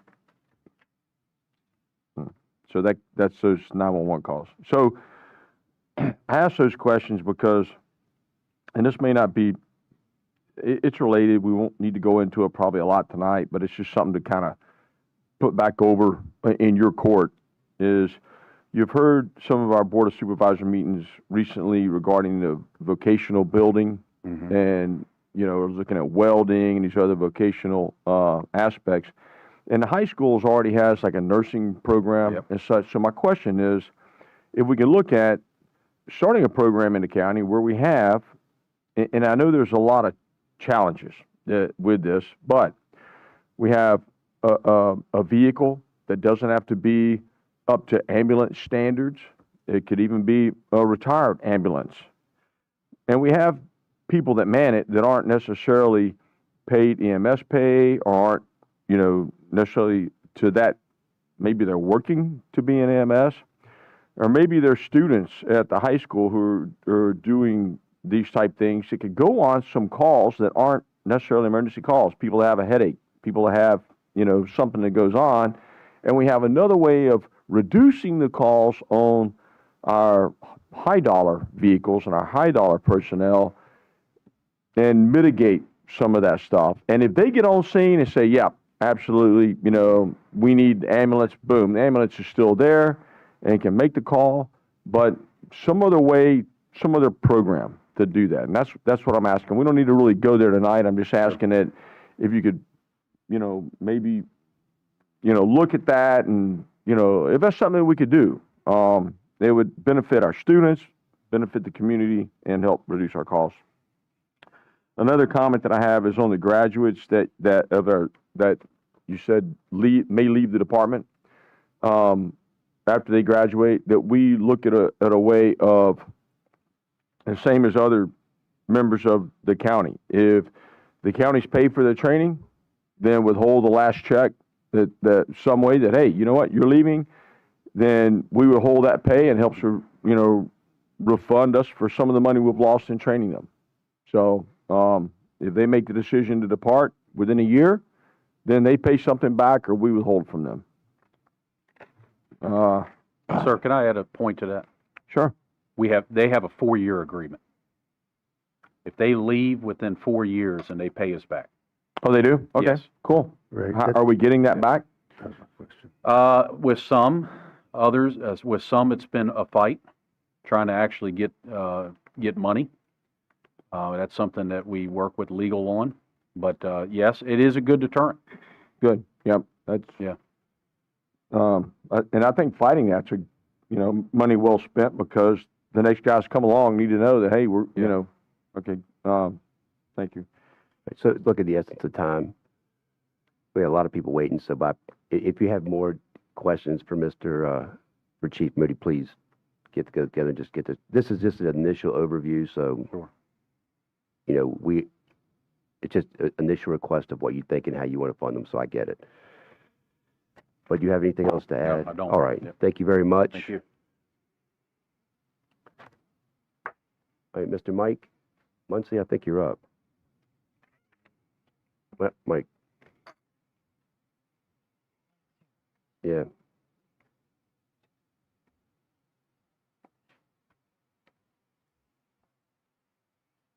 Don't sit down and say, I got nothing to say. Is that what you're going to do? Pretty much. Good evening, Mr. Chairman and members of the board. Coming before you, I'm not asking for any additional personnel, no new equipment, no new vehicles. There are a couple increases in my budget, mainly due to the new courthouse. One of them being a train, adding that to the train select agreement. We have increased on the Carter Cat PMs due to, we decommissioned the Owens cell tower, but we brought online 4 more new cell towers. And then 2 new generators, one at the animal shelter and one at the new courthouse. So I've added those. Okay. So that's pretty much, that's it to my budget. So. Any questions for Mr. Muncy? Just one on the cell towers. You're talking about county cell towers. Yes, sir. Okay, thank you. Mm-hmm. Thank you, sir. Appreciate it. Ms. Courtney?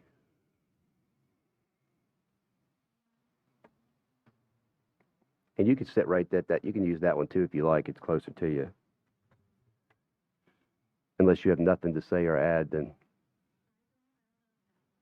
Okay, yes, ma'am, come on up. Yeah, so Ms. Courtney and I had a talk as recently as 4 o'clock this afternoon on this topic.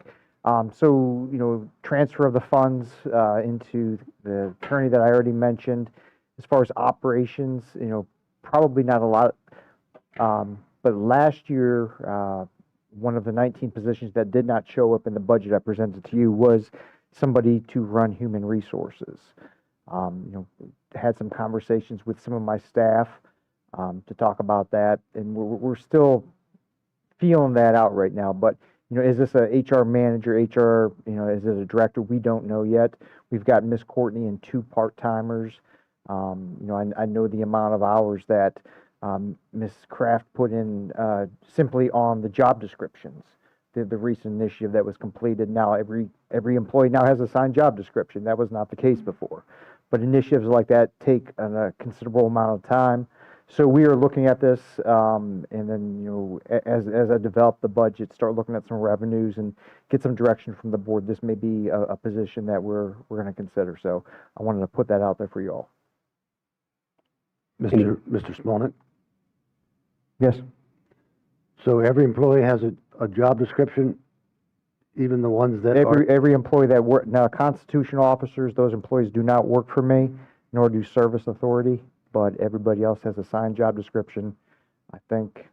So but who does the sending out of the job description for employment? HR? The job description for new positions is crafted. It's between human resources and the department director. Right. We tailor them to what that department director is looking for in a particular position. But like a sheriff deputy 1 is a sheriff's deputy 1 no matter what, right? But that's under sheriff, a constitutional officer. He does all his own advertising, hiring. That's not under my purview as a county administrator. So that job description is the same, right? All the time. Is that correct? Unless they wish to update that when the job is posted. Okay. Good. Any other questions? I don't have any questions, but once the new ERP solution comes online, then we should get a lot of efficiencies there as well. All right. Thank you, Susan. Thank you. Appreciate it. Mr. Dines.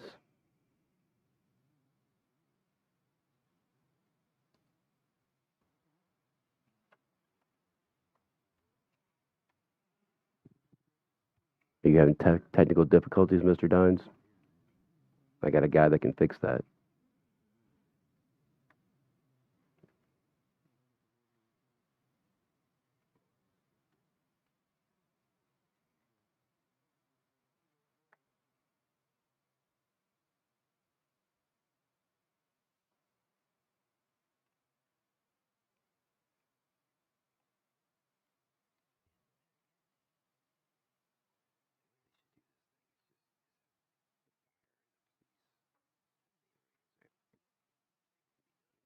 Good.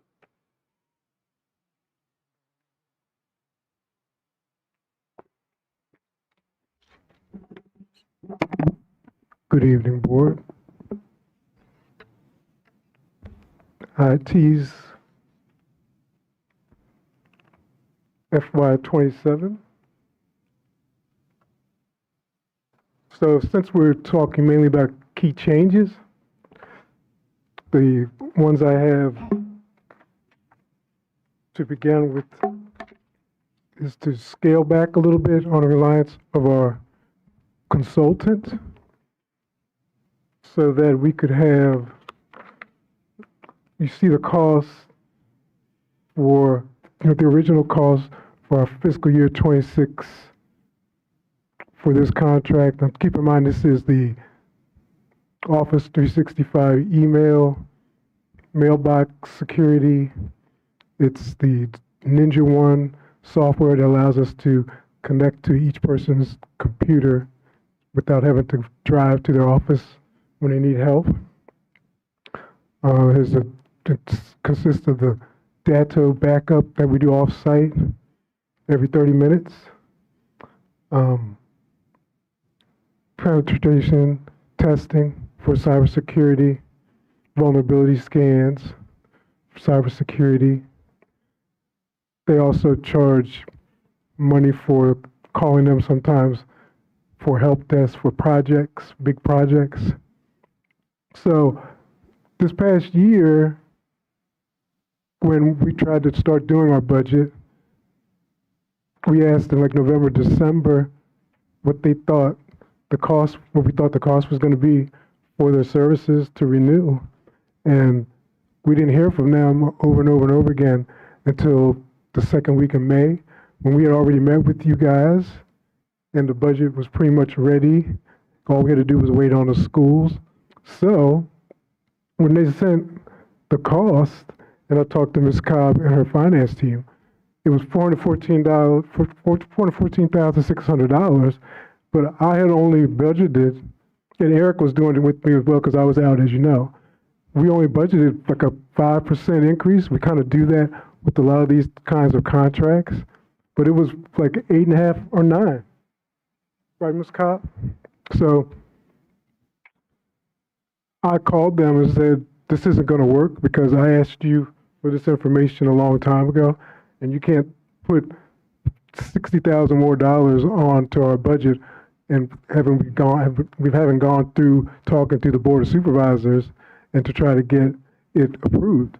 So they agreed, and so they discounted some of the cost for the year down to $351,600. So that's what we pay now for the year, $29,300 a month for all of those services that we get from them. So I was just doing a cost estimate to see, let's say they take it to 5%, that would be $435,000. And I went on the worst case scenario that they would go up 10%, and that's $456,000. So to that end, we wanted to see, and that would be under your discretion, of course, if we could have recruit someone to be a systems engineer that would do a lot of things that they do, and it would be in-house. And so instead of paying extra, if we happen to use up some hours of their time, that the person would be working for us, and we can have them work until the cows come home and not have to pay anything extra. So I did like a little salary estimate in the state of Virginia, and that's what we came up with for that position.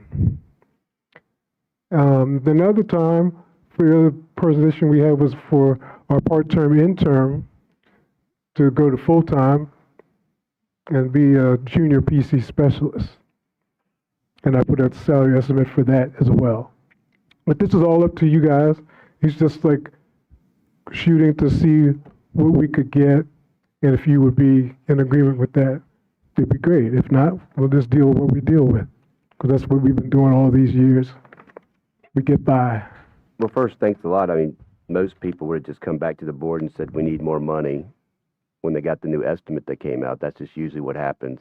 We were wrong, but thank you for pushing back and saving us money. I appreciate that. You're welcome, because that's the last thing I want to do is come back to the board for money. No change orders. Right, Bryce? Bryce knows. That's right. So this system engineer, that 120, a lot of that would come out of what we're already paying. Yes, conceivably, we would hope. So what we're doing is, what they kind of do is they bundle things. So we got to go and get cost estimates for each one of the little things that they bundle. So we would go to the Ninja One people and say, okay, if we move that from them as a consultant and brought it in to straight to the county, how much would that cost? So we're trying to see if there's a cost that could be elevated because they're getting the deal and we're not. So we're just trying to save as much as we can. There's some things we're already going to save, like Mr. Smolik knows, and I think you all know too, that with the new ADP, they're going to have a learning management system. Mm-hmm. So it's usually like $8,300 a year or something like that. So we'll save with that. Well, Ms. LeDuc is gone, but her team, the GIS team, what they use now for holding all their data is on our old server, because the new company that they had could not handle the way they use their data, and they changed their data. It's kind of like Bryce would understand how engineers have layers, and Mr. Smolik would too. and everything is always dated.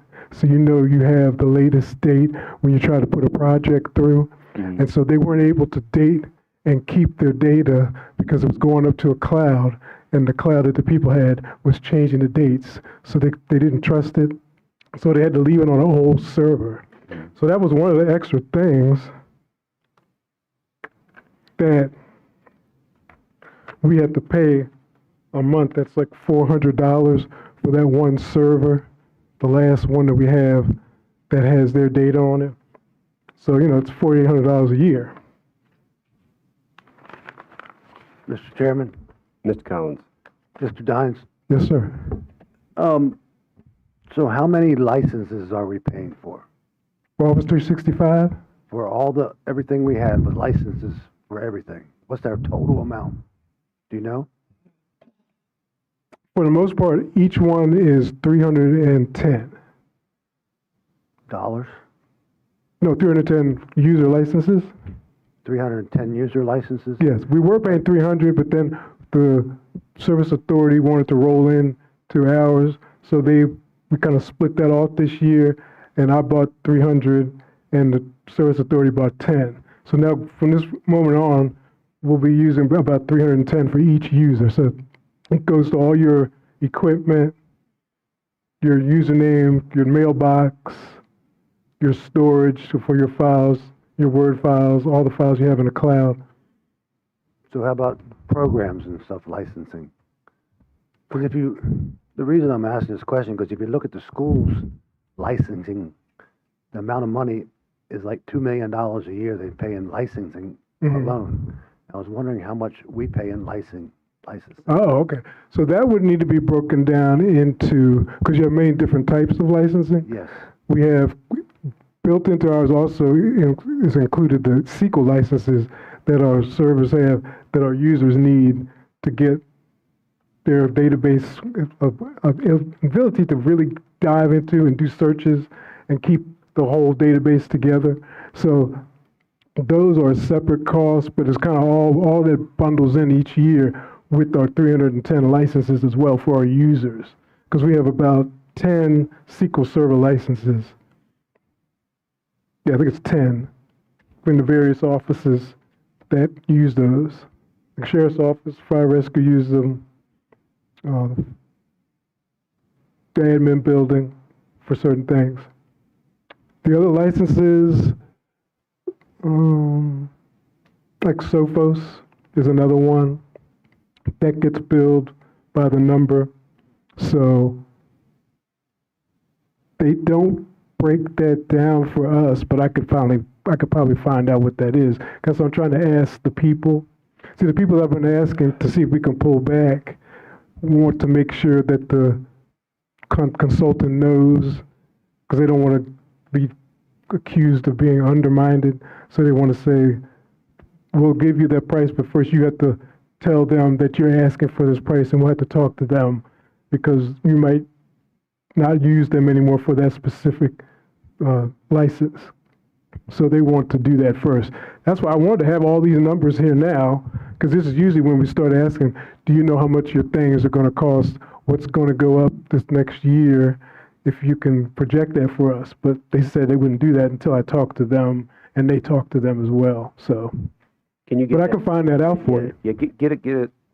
We'll give you time. I know it's on the spot, but that's a good question for Mr. Collins. Can you get that for us? Yeah, we can get that. And just get an idea before January how much that new position will reduce what we're already paying. Sure. Do we get a dollar for dollar switch on that? Whatever. It's going to save us money. It makes sense, right? Yeah. All right. Sure. Do you have anything else, Mr. Dines? Well, the other big thing was,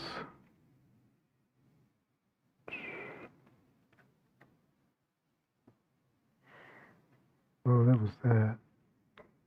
So the thing is, right now we have the E3 government, the E3 users for our Microsoft Office, but now there's a mandate that no one can use E3 anymore for government, because the main server is in the United States, but there are some backup servers for the cloud that could possibly be overseas.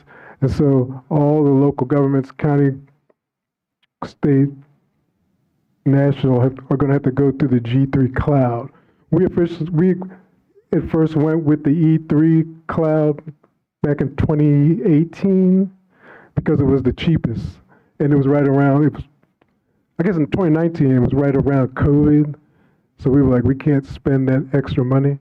So we've had the E3 cloud, but we want to be able to upgrade to the G3 cloud so that we're compliant with NIST and CGIS and all of the certified people that manage the cybersecurity for the United States. So right now we pay $111,543 this year. And the only bad thing about it is Microsoft goes up a lot here recently. Like last year, they went up 10%. So the estimated cost I have is right now is like $135,000 for the G3 licenses for 310 users. Microsoft's not NIST compliant. Right. Anyway, Right. so you don't have a choice. You don't have a choice, unfortunately. And you've already asked some questions, but if you have any more, thank you for all your support. We couldn't do this without you, just like the chief said. Any other questions for Mr. Dines? Yes, sir. Are we using any license management software right now? Yes. Oh, and also, there was another new one that you'll see on this one that you didn't on the last budget is the 1Password. That's been going well with our high-level people that we want to make sure that we have controls over when they leave and the handing off of their duties so people can get access to their files and things if they leave the county. That is a question of mine, if you don't mind me asking. Yes, sir. So when I left the board, I got Jeff Bush's computer Mm-hmm. and all the baggage that went with that. Mm-hmm. Okay. I'd get emails for doctor's appointments and everything else. The same computer that I have is one that he had, and the one that he had was someone before him. Right. They used to hand down. So yeah. So when I leave, I don't do any of that. I don't get doctor's appointments on my county computer. Mm-hmm. But why don't you all erase everything and give the new member a clean computer? Well, at the time, it was because you used the email of your district.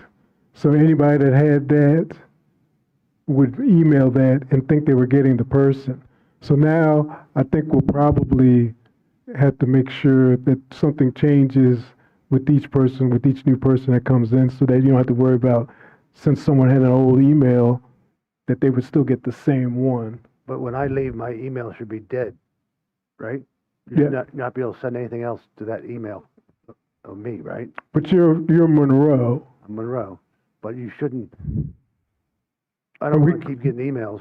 We can that change the need to go to name. him. We can definitely change the name. We can say J. Monroe, Okay. for the next person. The only thing that, so I have Dahlgren. Mm-hmm. I wouldn't want it erased because when I have a constituent that sends me an email, I'm able to do a search and I can see the whole entire history of everything they've ever sent, how long they've been complaining about something that hasn't been done. Mm-hmm. So I'm not starting fresh with these problems as if they're new. So Right. there's things I did with Potomac Drive and Brick House. I looked at their scenario where for 7 years, they've been trying to get something done with their roads. So it's not coming to me as a new question. I'm able to pull that up because it is the same email, Mhm. So That is good in some ways, especially when you have FOIA yes, and you might have to go back to get something. Because that's happened before. Wouldn't you have that on your server for FOIA? Yeah, we have it on the email archiver. Right.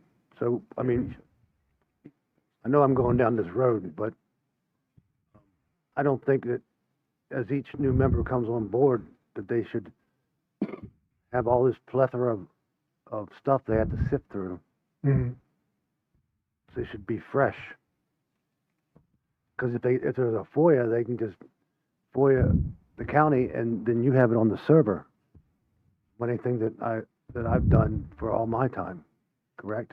Yes, there have been times though when some supervisors have looked through the old emails as well. Yeah, but it's not really a budget question. so No, it much. wasn't. It was Logistics. logistics. I only got 3 more meetings, and I don't want to saddle Mr. Metz with a bunch of junk. So I liked having it on mine. You do? Okay. Yeah, it was handy, like you say, to have the history of some of the stuff.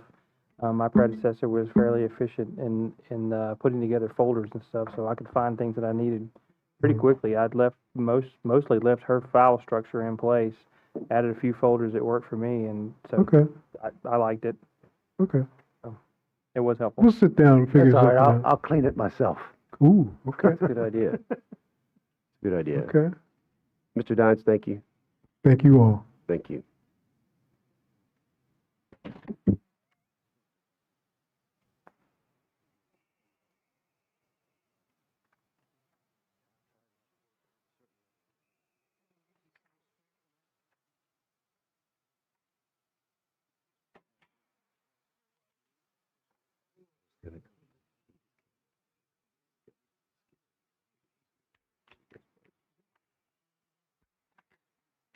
He's got to find me.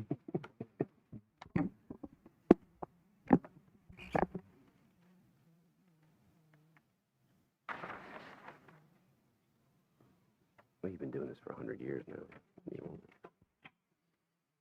All right. Good evening, Mr. Chair, members of the board. I'm just going to give you a quick rundown of our FY27 budget forecast for Parks and Recreation. Just for the public's sake, my name is Chris Clark. I'm the director of the department. There it goes. The first thing I gave you is is related to our budget, but is not necessarily. It's a showing of our departmental staffing of 9 full-time employees and then our part-time and seasonals. The middle column there is the best practice with the National Recreation and Parks Association.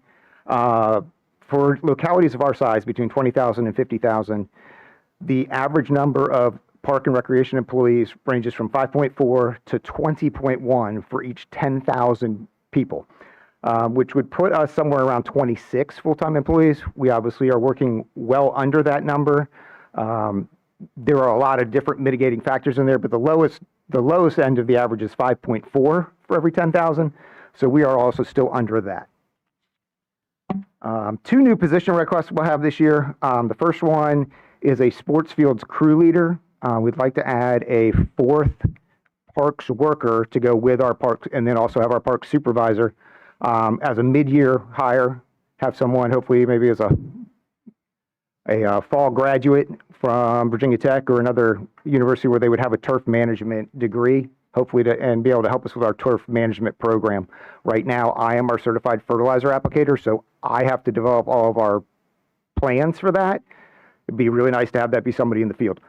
In addition, they'd be able to assist the schools with their fields. One of the big things we run into, in particular at the middle school, is those coaches are hired for such a short time, they don't necessarily take care of their field outside of the school season. So to be able to have our staff be able to stop by periodically, take care of that field, make sure that field stays up and playable, because we are the ones that are renting that field then later to the travel teams. Another option on that position would be to convert the part-time parks worker, which is a seasonal position right now, to full-time. I believe when we looked at that last year with the retirements we had last year, it would have been a very minimal cost. This year we didn't have a 38-year-old employee retire, so we don't have that. We did just have Kevin McDowney retire, who was our park supervisor, and Brian Brown has been promoted to that position. Brian's been with the county about 15 years. The other position would be an athletics specialist. I'm targeting that possibly September 1st of 2026. Good, that's really good typing, Chris, 2025 there. They would manage a new sports center and the related staff and programs, including gymnastics, karate, and wrestling. I'm going to talk more about that in a minute. The sports crew leader, is that something that would be paid partly by the school budget if they're going to be doing school fields? No, because we make revenue off of those fields. when we're doing it. So one of the things I would envision is that we would have 4 workers, so they'd work in 2-man crews, which would eliminate one of our vehicles. But that crew could come out and they're going to say do the tennis center, Hunter Field, and the schools today. So I dropped the worker off to cut the tennis center. The sports turf specialist would then go over to the softball field and start doing a little bit of work on that, and then they would pair back up because they'd be on the same site. Mr. Sellens. So we make revenue off that, but is it an overall net positive? Because we're obviously putting time, funds, and effort into. Honestly, I'd have to run those numbers to know for sure. It'd probably be even out. Right now, especially at the school custodians and maintenance guys, their job is to cut the green stuff to 3 inches high every 10 to 14 days. They don't care if the green stuff's on the dirt infield or not. So we come in and these teams come in and they go, well, there's grass all grown up over the infield. The middle school softball field during the late summer was completely covered. There was no dirt showing. Everything was green. Little League took the time and came in and worked an entire Saturday morning, I believe, and had a crew of 3 or 4 guys there and got that field looking better because they were the primary users this fall. And they had some extra time and expertise to do that. How much is the total request for positions? The sports field crew leader would be a $40,000 a year salary, approximately. The athletic specialist would be similar, also about $40,000 plus benefits. Mr. Chair? Yes. For that sports fields crew leader, from my experience as a longtime coach there, having that would also help maintain the facilities so they don't go into disrepair. Yes. Because, I mean, and then you were talking about mowing earlier. I hate when I go by the track and see the grass mowed out into the track because it actually damages the surface. So having somebody that is skilled and knows not to kick the grass onto the track and put it in the infield would also help the track last longer. Yes, hopefully. I know the schools are bringing that track field up as part of their capital improvement plan. Just certifications and training, I have a slide on that for us and the different certifications we have. One of the biggest thing we need to do is get our folks, our parks guys, certified as certified fertilizer applicators and authorized to spray pesticides. Mr. Brown is taking his certified playground safety inspector exam tomorrow morning. We wish him the best of luck because that will be a great thing for us to have, an actual certified playground safety inspector, and keep us compliant. Our non-capital needs that are big, we are in need of a new set of wrestling mats that that are currently in the VOTEC building. They'll be there till the end of February. We share that facility with the middle school. We have 67 wrestlers this year. I know they have at least 30 on the middle school team. And that's where this athletic specialist position comes in. We also have some gymnastics equipment and mats that is in need of upgrading. And then on the maintenance equipment side, we have the 2019 Ferris that we need to rotate out as part of our every 2-year replace a mower plan, and our 2018 Toro Workman UTV that's at Sealston will be on there as another small about $18,000 replacement. So I know we're not really talking capital tonight, but with the action the board took 2 weeks ago, which as on the workforce side, I am super excited about. We currently do wrestle in the old VOTEC building. The schools, in reaction to the VOTEC building disappearing, are now trying to use the cafeteria at the school board building for storage, which is where we do karate. So we are running into space issues there. And I think we all know that the Quonset hut has a countdown timer on it, and one day it will be no good. We just have no idea how much time is left. So we're proposing a tensile membrane building or fabric building that would be a possibility, goes up quicker and cheaper than metal, because we will need to be somewhere by November 1st of next year for wrestling for both us and the school. So working on preliminary figures for that. And then on our vehicle side, it's amazing what vehicles cost, but we want to replace the 1997 F-350 stake body dump truck that has seen lots of better days, and we barely get it through inspection every year, and also a 2008 Ford F-250. Take both of those out of service and replace them with a 2500 sized crew cab pickup with a dump bed, plow attachment, so that we can serve and work closely with General Properties on on winter snow removal, but also be able to meet all those needs. Going crew cab, one of the things we had this summer, obviously, we talked about a couple weeks ago with the workforce development, we had the 4 externs working in parks. We had to give up our administration Explorer to transport those guys. So we had even more vehicles going out to the parks, and some days were short, and it was just, we were running errands in our personal vehicles just because it was what we had versus taking a 15-passenger van that they would have to bring us from day camp at King George Elementary. So we would like to take those 2 vehicles. Both those vehicles have undergone a lot of repairs and have seen a lot of better days. And that's it for me, unless you have other questions. Yes. I do have a question. Where would I guess, what would you call it, the cloth building, the structure for wrestling? Yeah, Sports Center is what I'm calling it right now. All I can think is the ESPN when I say it. Yeah, whatever you're going to call it. Where would that be located? That's what I'm not sure of. The big key would be in order for us to share everything with middle school, because the best of my knowledge, every mat that King George County owns for wrestling was bought in cooperation between Parks and Recreation and the schools. That may not be true for some of them that are at the high school, but I don't have all that data going all the way back. It would need to be somewhere either on the middle school property or close to the middle school property so those kids could walk to practice at the end of the day. Their answer, I think, quickly would be, oh, well, we'll just wrestle in the auxiliary gym, which would work for us. We could wrestle in the auxiliary gym too, but then 3 days a week, we would lose a basketball practice gym. So to take that facility offline for our other programs then puts us into other dilemmas and trying to figure out where we're going to put everything. They have a really big parking lot over there. Yeah, I mean, there's options. It would fit on, those who've been around a long time, the old field hockey field. Mm-hmm. But the school started doing work on that this week, I think, with funding that they received last year. It would fit on the field above the bus loop, the high school bus loop where the band practices. So does the girls' soccer team, middle school girls' soccer well, team. The hope is that the work they're doing on the old field hockey field will make it so those practices can move back to that field. And I can tell you from someone who helped build the cross-country course, on the other side of the tennis court, there is a flat area there and the trees left, because that was our alternative to extend some of the course, so that.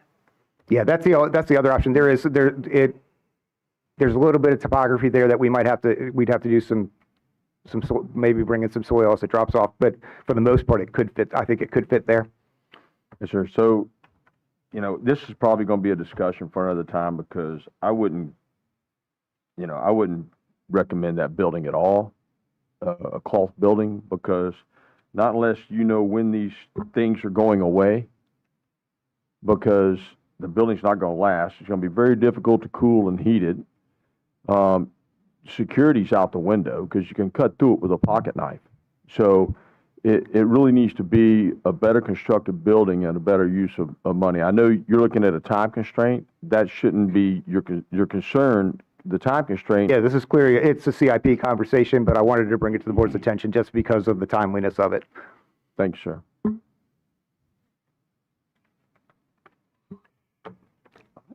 Thank you, my friend. Ms. Gump, I know you've been waiting patiently. Wherever you feel comfortable at. I don't have a PowerPoint. Good evening, Mr. Chair, board members, Mr. Smolnik, and everybody who's still here. So I don't really have anything. The only thing I want to make clear is to make sure that what I had in the budget last year for the new voting systems for the CIP, the other half is going to be put in again, this one.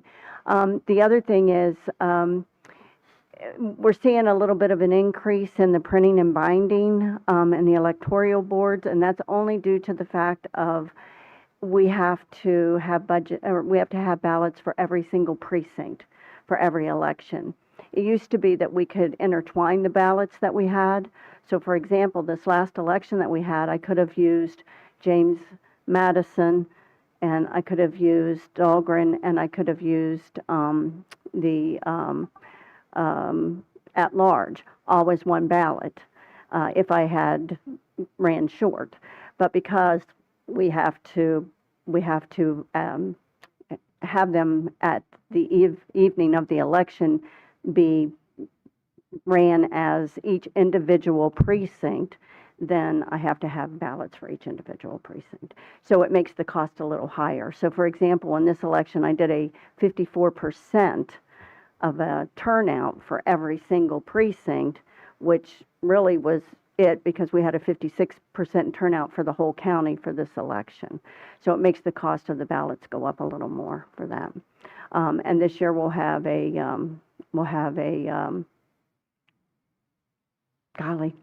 federal election. So that's going to bring the people out a little more too. Sorry, it's been a long day. And we may have a special election come up in April for a congressional lines. I'll know more after the General Assembly meets in January. So I don't know if you guys have been following Texas and California about wanting them to change their congressionals. Well, Virginia is actually in the talks about that too. Yeah. So, and that's really the only other thing I have. I have no staff in Gold Precinct, and I think we found them for about $169 to put in the precinct, only for the simple fact is I have to print out every single paper poll book for the elections. And we were thinking if we could put it on a Chromebook, we would be saving the county money because I just used about 1,500 sheets of paper printing every single precinct out for that. And that's law that we have to have a poll book along with the electronic. So we thought if we had a Chromebook, then we can just put it on a thumb drive and put it on there to be used if we need it. Okay. So that's something that I was looking at, maybe increasing the office supply. But other than that, I think everything else is going to stay the same. Would that need to connect to the internet? No, No? I just put it on thumb drive. Your thumb drives aren't that secure though. We can do the ones that are encrypted. So, we're looking at some different options and stuff. Just trying to save, the county some money for wasting paper, really is what it is, because I have to print them and then they never get used and then we have to shred them. So I'm shredding 1,500 sheets of paper basically after an election. So, but that's just a thought that we were thinking about, some things like that. Any other questions? Thank you, ma'am. Thank you. Appreciate it.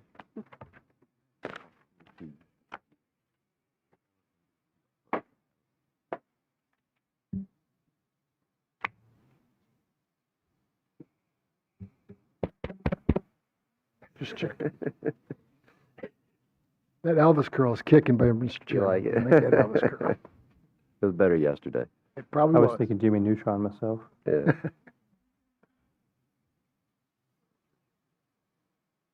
That was just proof I was listening. Yes, yesterday. sir. I know. Okay. So I go over 3 budgets, so which one do you want to hear first? AC, 911, Sheriff's Office? Maybe we should just move you to the end of the list and let someone, I'm just kidding. Let me do the easy first. Do the easy and first. 911, nothing. Okay, great. Animal control, we're looking at about a 20, almost a 50% uptick for medical funds on animal control from 20,000 to 40. And the reason behind that is that we've developed a program down there to better facilitate getting the animals out of the shelter, where the people that are coming to get them don't have to pay for this medical stuff, any type of adoption fee or anything like that. If we can get it all spayed, neutered, medical done, they can essentially come in and adopt the pet and be on their way without any type of financial burden. So, yeah, a little bit of that puts it on the county, but if we can get the animals in and out as quick as we can, I think that's probably the best solution for that. And the reason why it's jumped is because we're practically full down there now, and we're just trying to estimate what it's going to be in fiscal year 26. So that program seems to be working as far as getting them in and out, but we keep getting, and now the hunting season's here, so we'll have more where people are abandoning them. So, any questions on that? We have 3 animal control pickup trucks. Those pickup trucks have just basic caps over the beds of the trucks. And in the beds of those trucks are crates. And we're stacked pretty full with crates where we would pick up abandoned animals or have to transport, which isn't very conducive to them. So I've asked for 3 6-compartment animal control truck boxes that will literally fit in the back of the beds of the truck, and at a cost of $29,364 a piece, which totals out to $64,000. A lot of the justification is it's the welfare of the animal that we're looking at when we do have to pick them up. So that's a big jump from an addition to our budget. Any questions on that? And last but not least, we have a software program that needs to be updated down there, which keeps all the records, whether it's euthanizations, whether it's adoptions, whether it's bringing them in, letting them out. It's called Shelter Pro. And that Shelter Pro, a startup cost is at $10,000 and $10,584. And then there's an annual renewal fee for 8 users, because we need licenses, of $9,784. And that will cover those 8 users. So that's an addition to the AC budget that we wouldn't have normally had. But other than that, the rest of the budget stays pretty much status quo. The sheriff? You don't need any more people, any more vehicles, equipment, buildings? That was just AC. Oh, okay. I haven't got to the sheriff's office yet. Hang on. Okay. Yeah. All right. Well, let's move on to the big ticket. Say again? This is going to be a big ticket? Big ticket items. Yeah.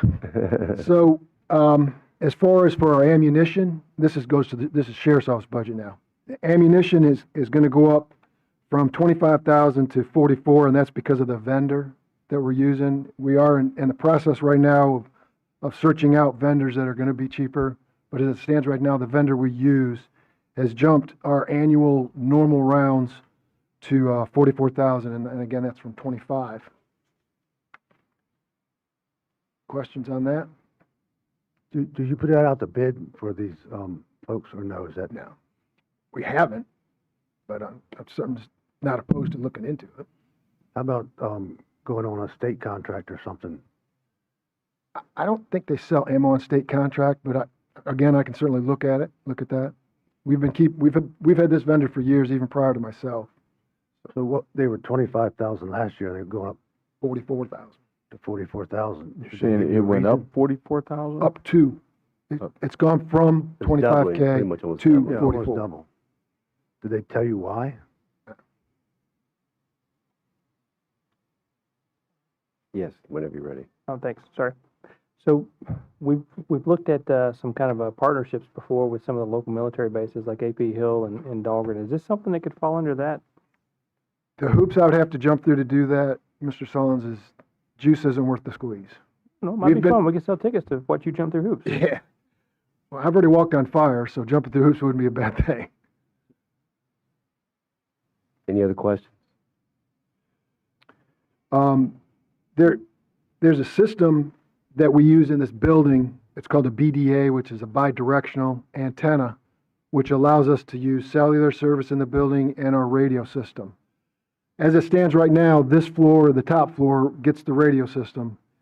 Downstairs, when you get down into the basement, we have no radio system. So we need to upgrade the BDA, which was part of the original radio system prior to us transferring over. So that's going to be an additional $42,876 that we're going to be asking for in the budget to upgrade our BDA system in the building.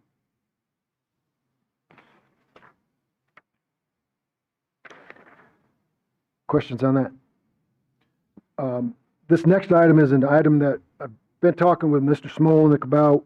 We haven't really decided whether it's going to be a CIP yet or going to be a budget request. But as it stands right now, we have 10 mobile cameras in our vehicles that are end of life, not covered by any type of warranty or anything like that.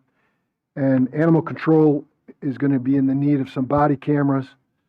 So in addition to licensing and cloud storage, I'm going to need approximately $140,000 to take care of that. And again, that's a conversation that Mr. Smolik and I have had. I'm bringing it in front of you in case it goes into the budget, or if we have to do a CIP, whichever Mr. Smolik decides that he thinks we need to do. So, it's just, any thoughts on that? Other than if it's a one-time expense, it would be more like a CIP. If it's a reoccurring expense, it would be a budget. Yeah, I got that, but the thing is that the cloud storage and the licensing would be reoccurring, but the purchasing of the cameras is not. So Coben wants us to put it all in one lump whack for fiscal year 26. What would the, I'm sorry, what would so the ongoing cost be? the ongoing cost, Yearly cost? I don't know. I don't have that figure before me.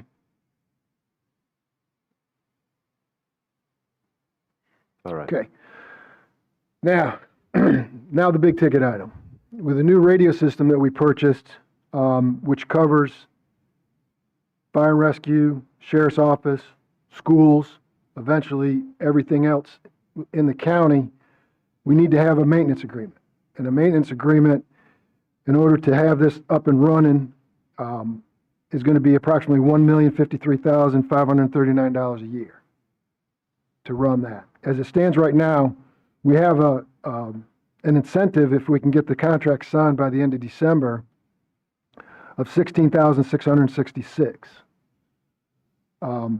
There's also going to be 4 months, since we went online in March of this year.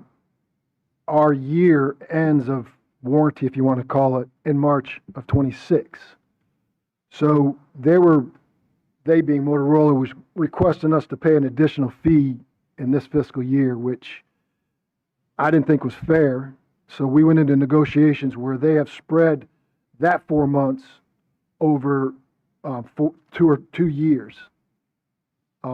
So we were able to start our contract in July of 26. Sounds. How much did the system cost? Say again? How much did the system The cost? system itself, Yeah. I don't have that number in front of me. Order of magnitude? 5 million, 10 million? Yeah, do you know, Dave? 11 million? Okay. And the maintenance agreement is how much? $1,053,539. Okay. And is that a locked-in rate for a period of time, or can we expect that to go up next year? Oh, it'll go up. Unfortunately. So Sheriff, remember when the Motorola guys were here? I do. Yep. And you remember I was asking a bunch of questions? I do. And you remember I asked them about the maintenance? I do. And now they screwed us? I do. Okay. Believe me, Mr. Collins, that was my biggest and Steve Basham's biggest complaint to them was, you sold this system, with this maintenance and stuff like that, and now all of a sudden now you're coming at us with a maintenance agreement. So it didn't go unnoticed. Is there something we can do? No, because the contract was signed, and in that contract, I guess it didn't cover this. So do you need to get Mr. Stewart involved? He wants to be. He's already looked at the contract and gave the blessing of the county administrator to sign it. The million? He essentially has looked at the contract and said the contract is good to go to sign it, as long as the board approves, obviously, Oh, that's what I was asking. Yeah. Did somebody sign a contract without? we haven't board signed it approval? yet. No, we have not signed it yet because we were waiting essentially to see where they will go tonight. But if we do not sign it by December 31st, we lose $16,666. And if we don't get it done, if we don't get anything done by July, then we lose any type of assistance from Motorola in the system. What do we get for that money? What do we get? Yeah, I mean, do they do periodic maintenance, keep things A neat? stack or of is- stuff about this thick. If you want, I can go ahead and provide it to you. But, I mean, is it It- hands-on? Are they taking care of things, or is Oh, it yeah, just an yeah, insurance it's policy in case it breaks? cyber protection, it's off-site, remote in. I mean, it's not a bad maintenance agreement as far as it goes, but you gotta remember how robust the system is, that, and what it covers and gonna cover down the road. Well, Motorola doesn't their eye on the sky is not the selling the system. It's what comes after it. So that's how they make their big money, is these maintenance agreements. You know that. You know that now when you voted for them? Yeah, I'm Just poking the bear. no, Let it go. I didn't. He doesn't need to be poked, Mr. Sellens. He don't need to be poked. have we looked at third-party vendors that can provide that maintenance? I don't think anybody can. It's a Motorola project, and I don't think anybody can. I can certainly ask around, but I just don't think that's a feasible thing to do. I don't know. I mean, just asking. The other thing is, you know, this is just me speaking. I'd rather put that thing on eBay and have somebody else come in than I had get jacked by somebody. And that's what I feel kind of like, you know, we're taking advantage of. And I know it's starting out at ground zero, but that's just my feelings. Thank you, sir. What's the lifespan of the system? It's supposed to be endless. The system, the lifespan of the system is endless. And that's a lot of what they sold us on, which I made a lot of assumptions, and I guess we all did, that would be part of it. Well, Sheriff, you remember before you were sheriff? And, Okay. and Motorola sold the sheriff's office another system? That I don't, because I wasn't part of that. And I so just- then that was end of life before it was even completed. And then that was millions of dollars. And then this new system was millions of dollars. And that's why I was so hard on Motorola during those meetings, because I know their game. You know what I mean? I think there's I hear something you. we can do about it. I really do. We'll see. We'll see how we can push back on that. All right. One more time. One more. For the elephant in the room, the King George County Sheriff's Office has experienced increasing challenges in recruiting and retaining qualified deputies. Competitive pay is the most critical factor influencing retention and our ability to attract skilled, dedicated law enforcement professionals. To maintain public safety and operational effectiveness, the Sheriff's Office is essentially asking for an additional 6% to the step increase that would normally be coming for all personnel. Across the Commonwealth, law enforcement agencies are facing historic staffing shortages. King George Sheriff's Office has now not been immune to this trend. Neighboring jurisdictions such as Stafford, Spotsy, Westmoreland, and Caroline, and now Lancaster, offering higher starting salaries and more competitive compensated packages.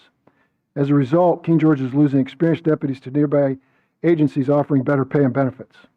A competitive review of surrounding jurisdictions shows that King George County deputies earn 10 to 20% less on average than comparable positions in neighboring counties. The pay gap makes it difficult to compete for applicants and retain experienced personnel. To remain competitive and prevent further departures, King George Sheriff's Office must offer compensation that aligns with market rates. Failure to do so risks continued turnover, low morale, and difficulty maintaining adequate staffing levels to serve the community safely and effectively. The men and women of the King George Sheriff's Office serve dedicated professionals and integrity. However, without competitive compensation, we cannot sustain the staffing levels and experience necessary to meet the growing public demand. Now, you're hearing 9%, but 9% isn't 9% on top of the 3%. It's 6% in addition to the 3 that we would normally be getting, which, if you do the numbers, okay, I'm not asking for any additional personnel this go-around, this budget year. I'm not asking for any. And I'm actually going to cut 2 cars that we could probably budget and ask for because they're high-mileage cars out of the system. So the difference from what you would pay if you were going to pay the 3% and jump it up to the 9 would only be $169,966. That's the difference between what would be paid for the 3% in the step increase to the other overall increase. A lot of that is completely going to be part of the COLA system. You've already heard Chief Moody, so I'm not going to repeat what Chief Moody says, as far as in 2023, and then when the system started. But if you think about it, that additional 6% can be part of the COLA and then just a fair market value for what my employees are. And that's why we're asking for that. Did your comparison of the compensation package, did it include that the other folks don't get medical when they retire? Did it check the full compensation package? Yeah, I'm sure they don't. But They don't. I haven't. But I'm sure they don't. I haven't heard any other jurisdictions around here that have offered what this county offers. But that's more of a retention for us than it is for them going to another jurisdiction, which is essentially making anywhere between 10 and 15K more than us. When you did that back in 2023, when you gave us that extra 2% to that and gave 5% across the board to all county employees, to include sheriff's office and the public safety, the other jurisdictions north of us jumped theirs by anywhere between 15 and 20%. So I can't even see them right now. I wouldn't hear them, but I was involved, so I understand what happened. But so, like, on some of these comparisons, are you comparing our northern neighbors like Stafford, Spotsylvania? Sure, that's where all my people are wanting to go, and the federal side. And then you got Lancaster that you guys have been talking about. Lancaster, they just advertised today that their starting pay is 51, and ours is at 50. I'm not saying my people are going to go to Lancaster to work, but they're daggone sure going to go to Northern Virginia and work in Stafford and Spotsy, Fredericksburg. I haven't even entertained the idea or brought it in front of any type of incentive to have people come and sign with us, Yeah, which well, they do. It's kind of like the teachers, it's always this, we're always trying to compete with everybody else to try to, for firemen, EMS, teachers, sheriff, that never seems to end anywhere, is what I'm saying. How would you propose it to end, Mr. Collins? I mean, I'm not if gonna that propose Northern anything. Virginia people are doing that, I mean, and we stay status quo, people are going to be like, bye. I'm not saying any of that, and I'm not discounting any of that.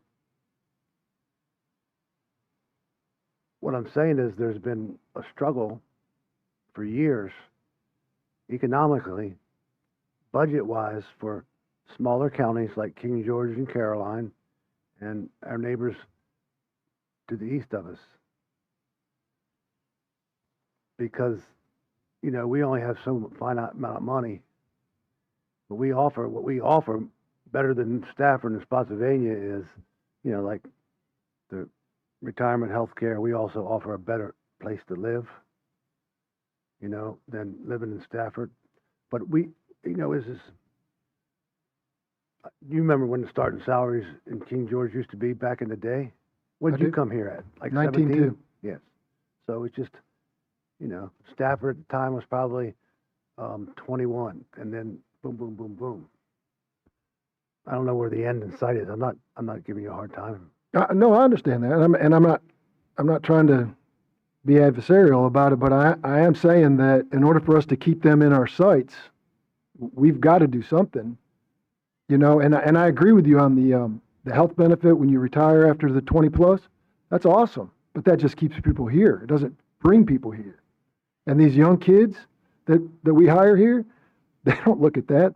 They could care less about retirement. All they want to do is make money. Right. So our job is to find the money for our resources, and we've been working on that.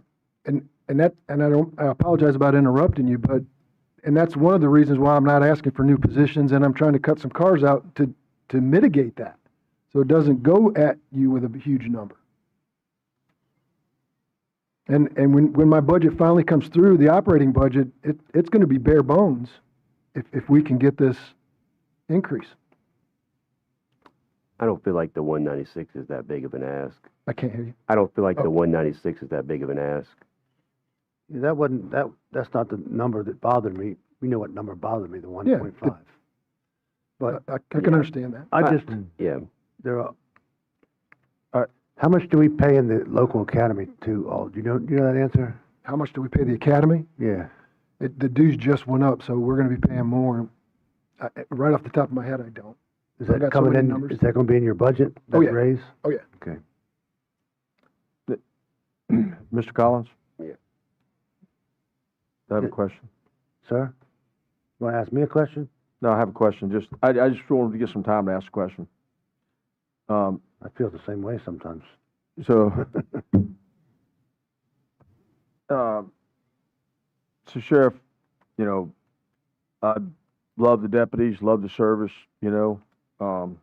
and you mentioned about we have to look at other things or other ways to do this, and so one of those ways was the 287G program, because that gave us 100% reimbursement for our deputies' salaries to include 25% of 25% or more of the overtime. And then that would have allowed money that we could have, increased the wages for other places or done other stuff. So, what are the opportunities there with the 287G program? I've met with the representative that oversees this area, and we're in discussion right now. And it's not 100% reimbursement of our salary. It's whatever time we put into it that they'll give us money back for that time. It's not their whole salaries. The article actually said the annual salary. The online and then the people I've met with, it was annual salary. So And again, I'm in negotiations with the director that oversees this area right now. thank you very I'm much, sir, talking for to him. that. I Yep. appreciate you looking into that. Yep. Thank you. Is that Any it? other questions? Any other questions? Thank you, Sheriff. Thank you. Mike?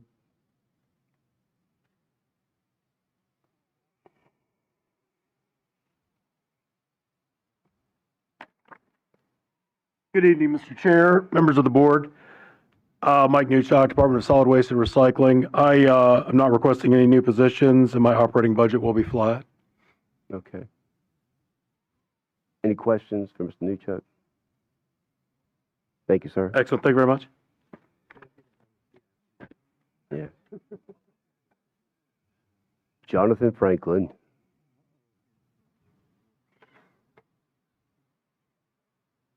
Thanks for that, Mike. What did you? I was going to ask what you did to Mr. Smartick to get put at the bottom of the list. I don't know. Well, I'm going to ask. It was alphabetical order, for the record. It was just alphabetical order. That's Oh, just- no, I understand, but I think I'm going to have Amy help me with a rebrand. There are many offices that have rebranded to Family Services, so that would put me halfway through the alphabet. So Yeah. next year, we may be the Department of Family Services. Got a. Just put a couple of A's. You in guys front of already it. have. Yes.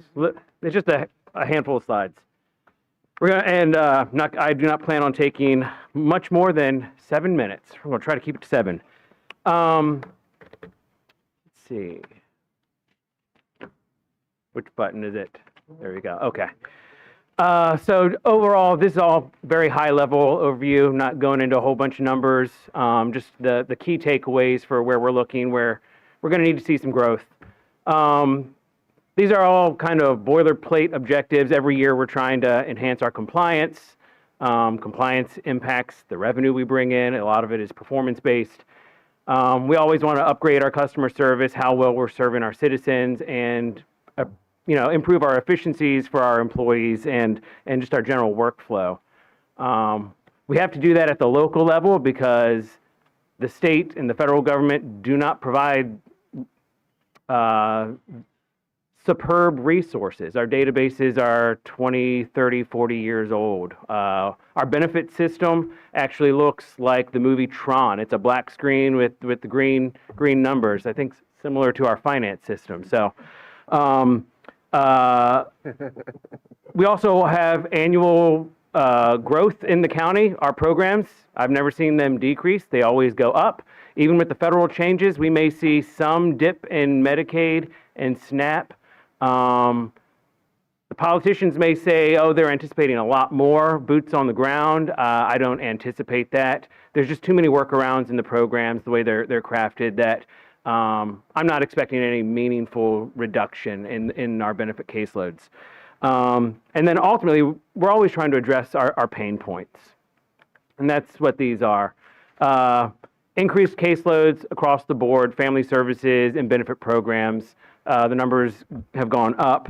When I produce my annual report, you'll probably see that in January or February.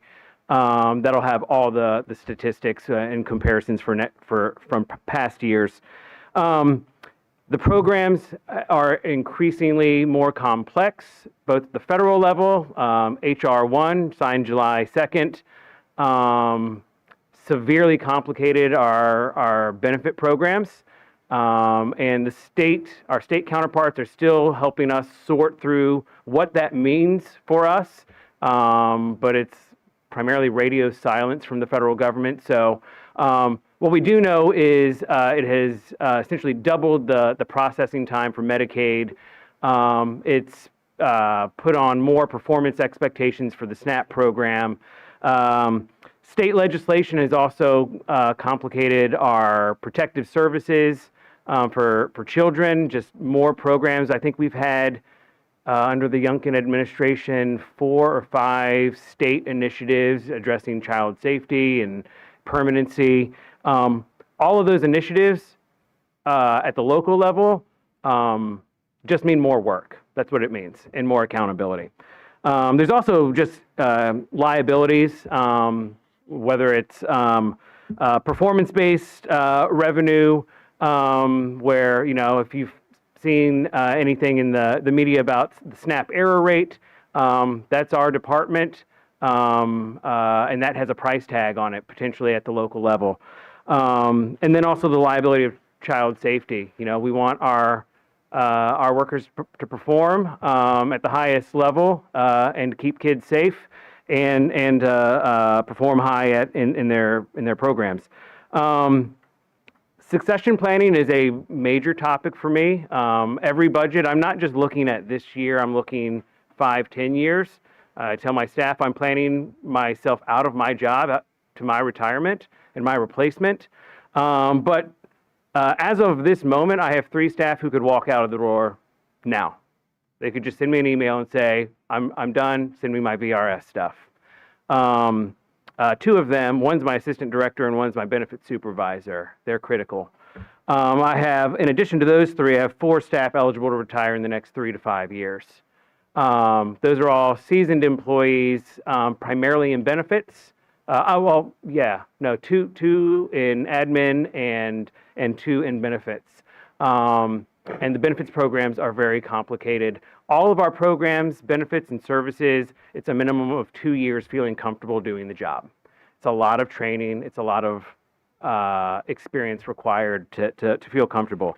And then my proposal for the budget is not going to answer the final pain point, but just to continue putting that on your radar. Facilities, we need an upgrade at some point. Here's my proposal in brief. In this order of priority, COLA for existing staff, COLA and merit increases. I'll just echo the chief and the sheriff. We compete statewide, not regionally, statewide. I have conversations with my colleagues out in Frederick County. They've been burned by Prince William, who's just obliterated their staff, just taking them on for higher wages. The 95 corridor, I've never sent anyone east. I've sent them to Fredericksburg and Spotsy and Stafford, and 2 weeks ago I sent someone to Fairfax. Existing staff just want to remain competitive. This is consistent with previous budget cycles, and a COLA is typically factored into our state budget allocation. So I haven't, since I've been in this role for 5 years, there's always been a state COLA match. So it's not exclusively local revenue. Requesting 2 positions. I have some solutions for you on the next slide to justify this. I've mentioned the caseloads for the benefits specialists, so Medicaid and SNAP. I have 2 SNAP employees and 2 Medicaid employees. The 2 Medicaid employees are carrying a caseload for 3 employees, and my SNAP the same. Just increased policy and processing requirements. The HR 1 signed on July 2nd put in the requirement that Medicaid now has to be reviewed twice a year. So my overworked Medicaid staff are now also doing double the work because they have to touch each case not once a year but twice a year. And then the family services specialists, so we have seen increases in our CPS intake, increases in our prevention caseload. We just started measuring that data this year. It was 35 additional cases, and these are non-mandatory cases, prevention cases, in that it's not a state program that requires us to do it, but we know that if we don't do that front-end prevention work, they end up coming to us with more severe needs and potentially fatalities. We have increased involvement in child in need of services cases or relief of custody. 3 kids entered foster care. 3 separate families filed relief of custody, and they all entered care in the month of July. That's a lot of extra work, front-end work, and now it's 3 new cases that we're working on the back end in foster care. Already mentioned the statewide initiatives, and then just increases in on-call responses. The more complicated protective services cases just drag us into evening work, requiring overtime or after-hours responses. And then finally, there's technology requests. I'm looking at box software. This is a means for the public to submit public or personal identifying information, so their name, date of birth, social, securely. This is the only product that is approved by VDSSIT. It's a small dollar amount. It's about $1,300 for 3 licenses for the entire year. A larger ask is the Benti platform. It would be utilized by my family services staff, essentially cutting some of their administrative work in half, using some AI tools to assist with transcribing interviews, recording it for preservation of records, and then being able to summarize into documents. That is a larger ask of around $30,000. I just want to emphasize the technology stuff. My staff comes in before any technology request I would ever have. And then a final one is a copier replacement. And I actually have a question does the county prefer purchase or lease? I have both. I own a copier and I lease a copier, so I would just want some guidance on that. And then finally, this is Mr. Collins, where I want to help you find the money to pay for some of these requests. So just a reminder, all administrative expenses, and that's all of these requests that I'm proposing, they're all reimbursable. There's a range of 0 to 66%. The largest allocation that we receive is that 15.5%. That's our base budget allocation. But also, I'm looking to take advantage of some additional revenue. There's a program called SNAP Education and Training, also known as SNAP ENT. That would provide us some additional 15.5% allocation. I'm not sure what that amount is, and I spoke with VDSS about being a part of that program. And of course, they're changing it now so that they're putting it out for an RFP. So I think we would actually have to bid on that with the state. I don't know how that works. But that is some potential additional revenue we could utilize to pay for that one position. And then the family services specialist, I'm going to recommend that we convert a current county CHINS, it's a Child in Need of Services position. That's a current position right now. It's currently filled, but convert that to a DSS reimbursable position. So it would shift from just the county to our department, and then we would be able to claim reimbursement for that. I had already mentioned that to Mr. Smolnick and Ms. Cobb previously, so just wanted to throw that in. That is all I have. Do you have any questions for me? Any questions? What was that middle part again? The What? middle part, what was that? Well, I'm kidding. I'm kidding. Thank you very much. Thank you. Mr. Mess, did you catch all that? Are you ready? All right. Huh? No. Are you coming up? Come on up.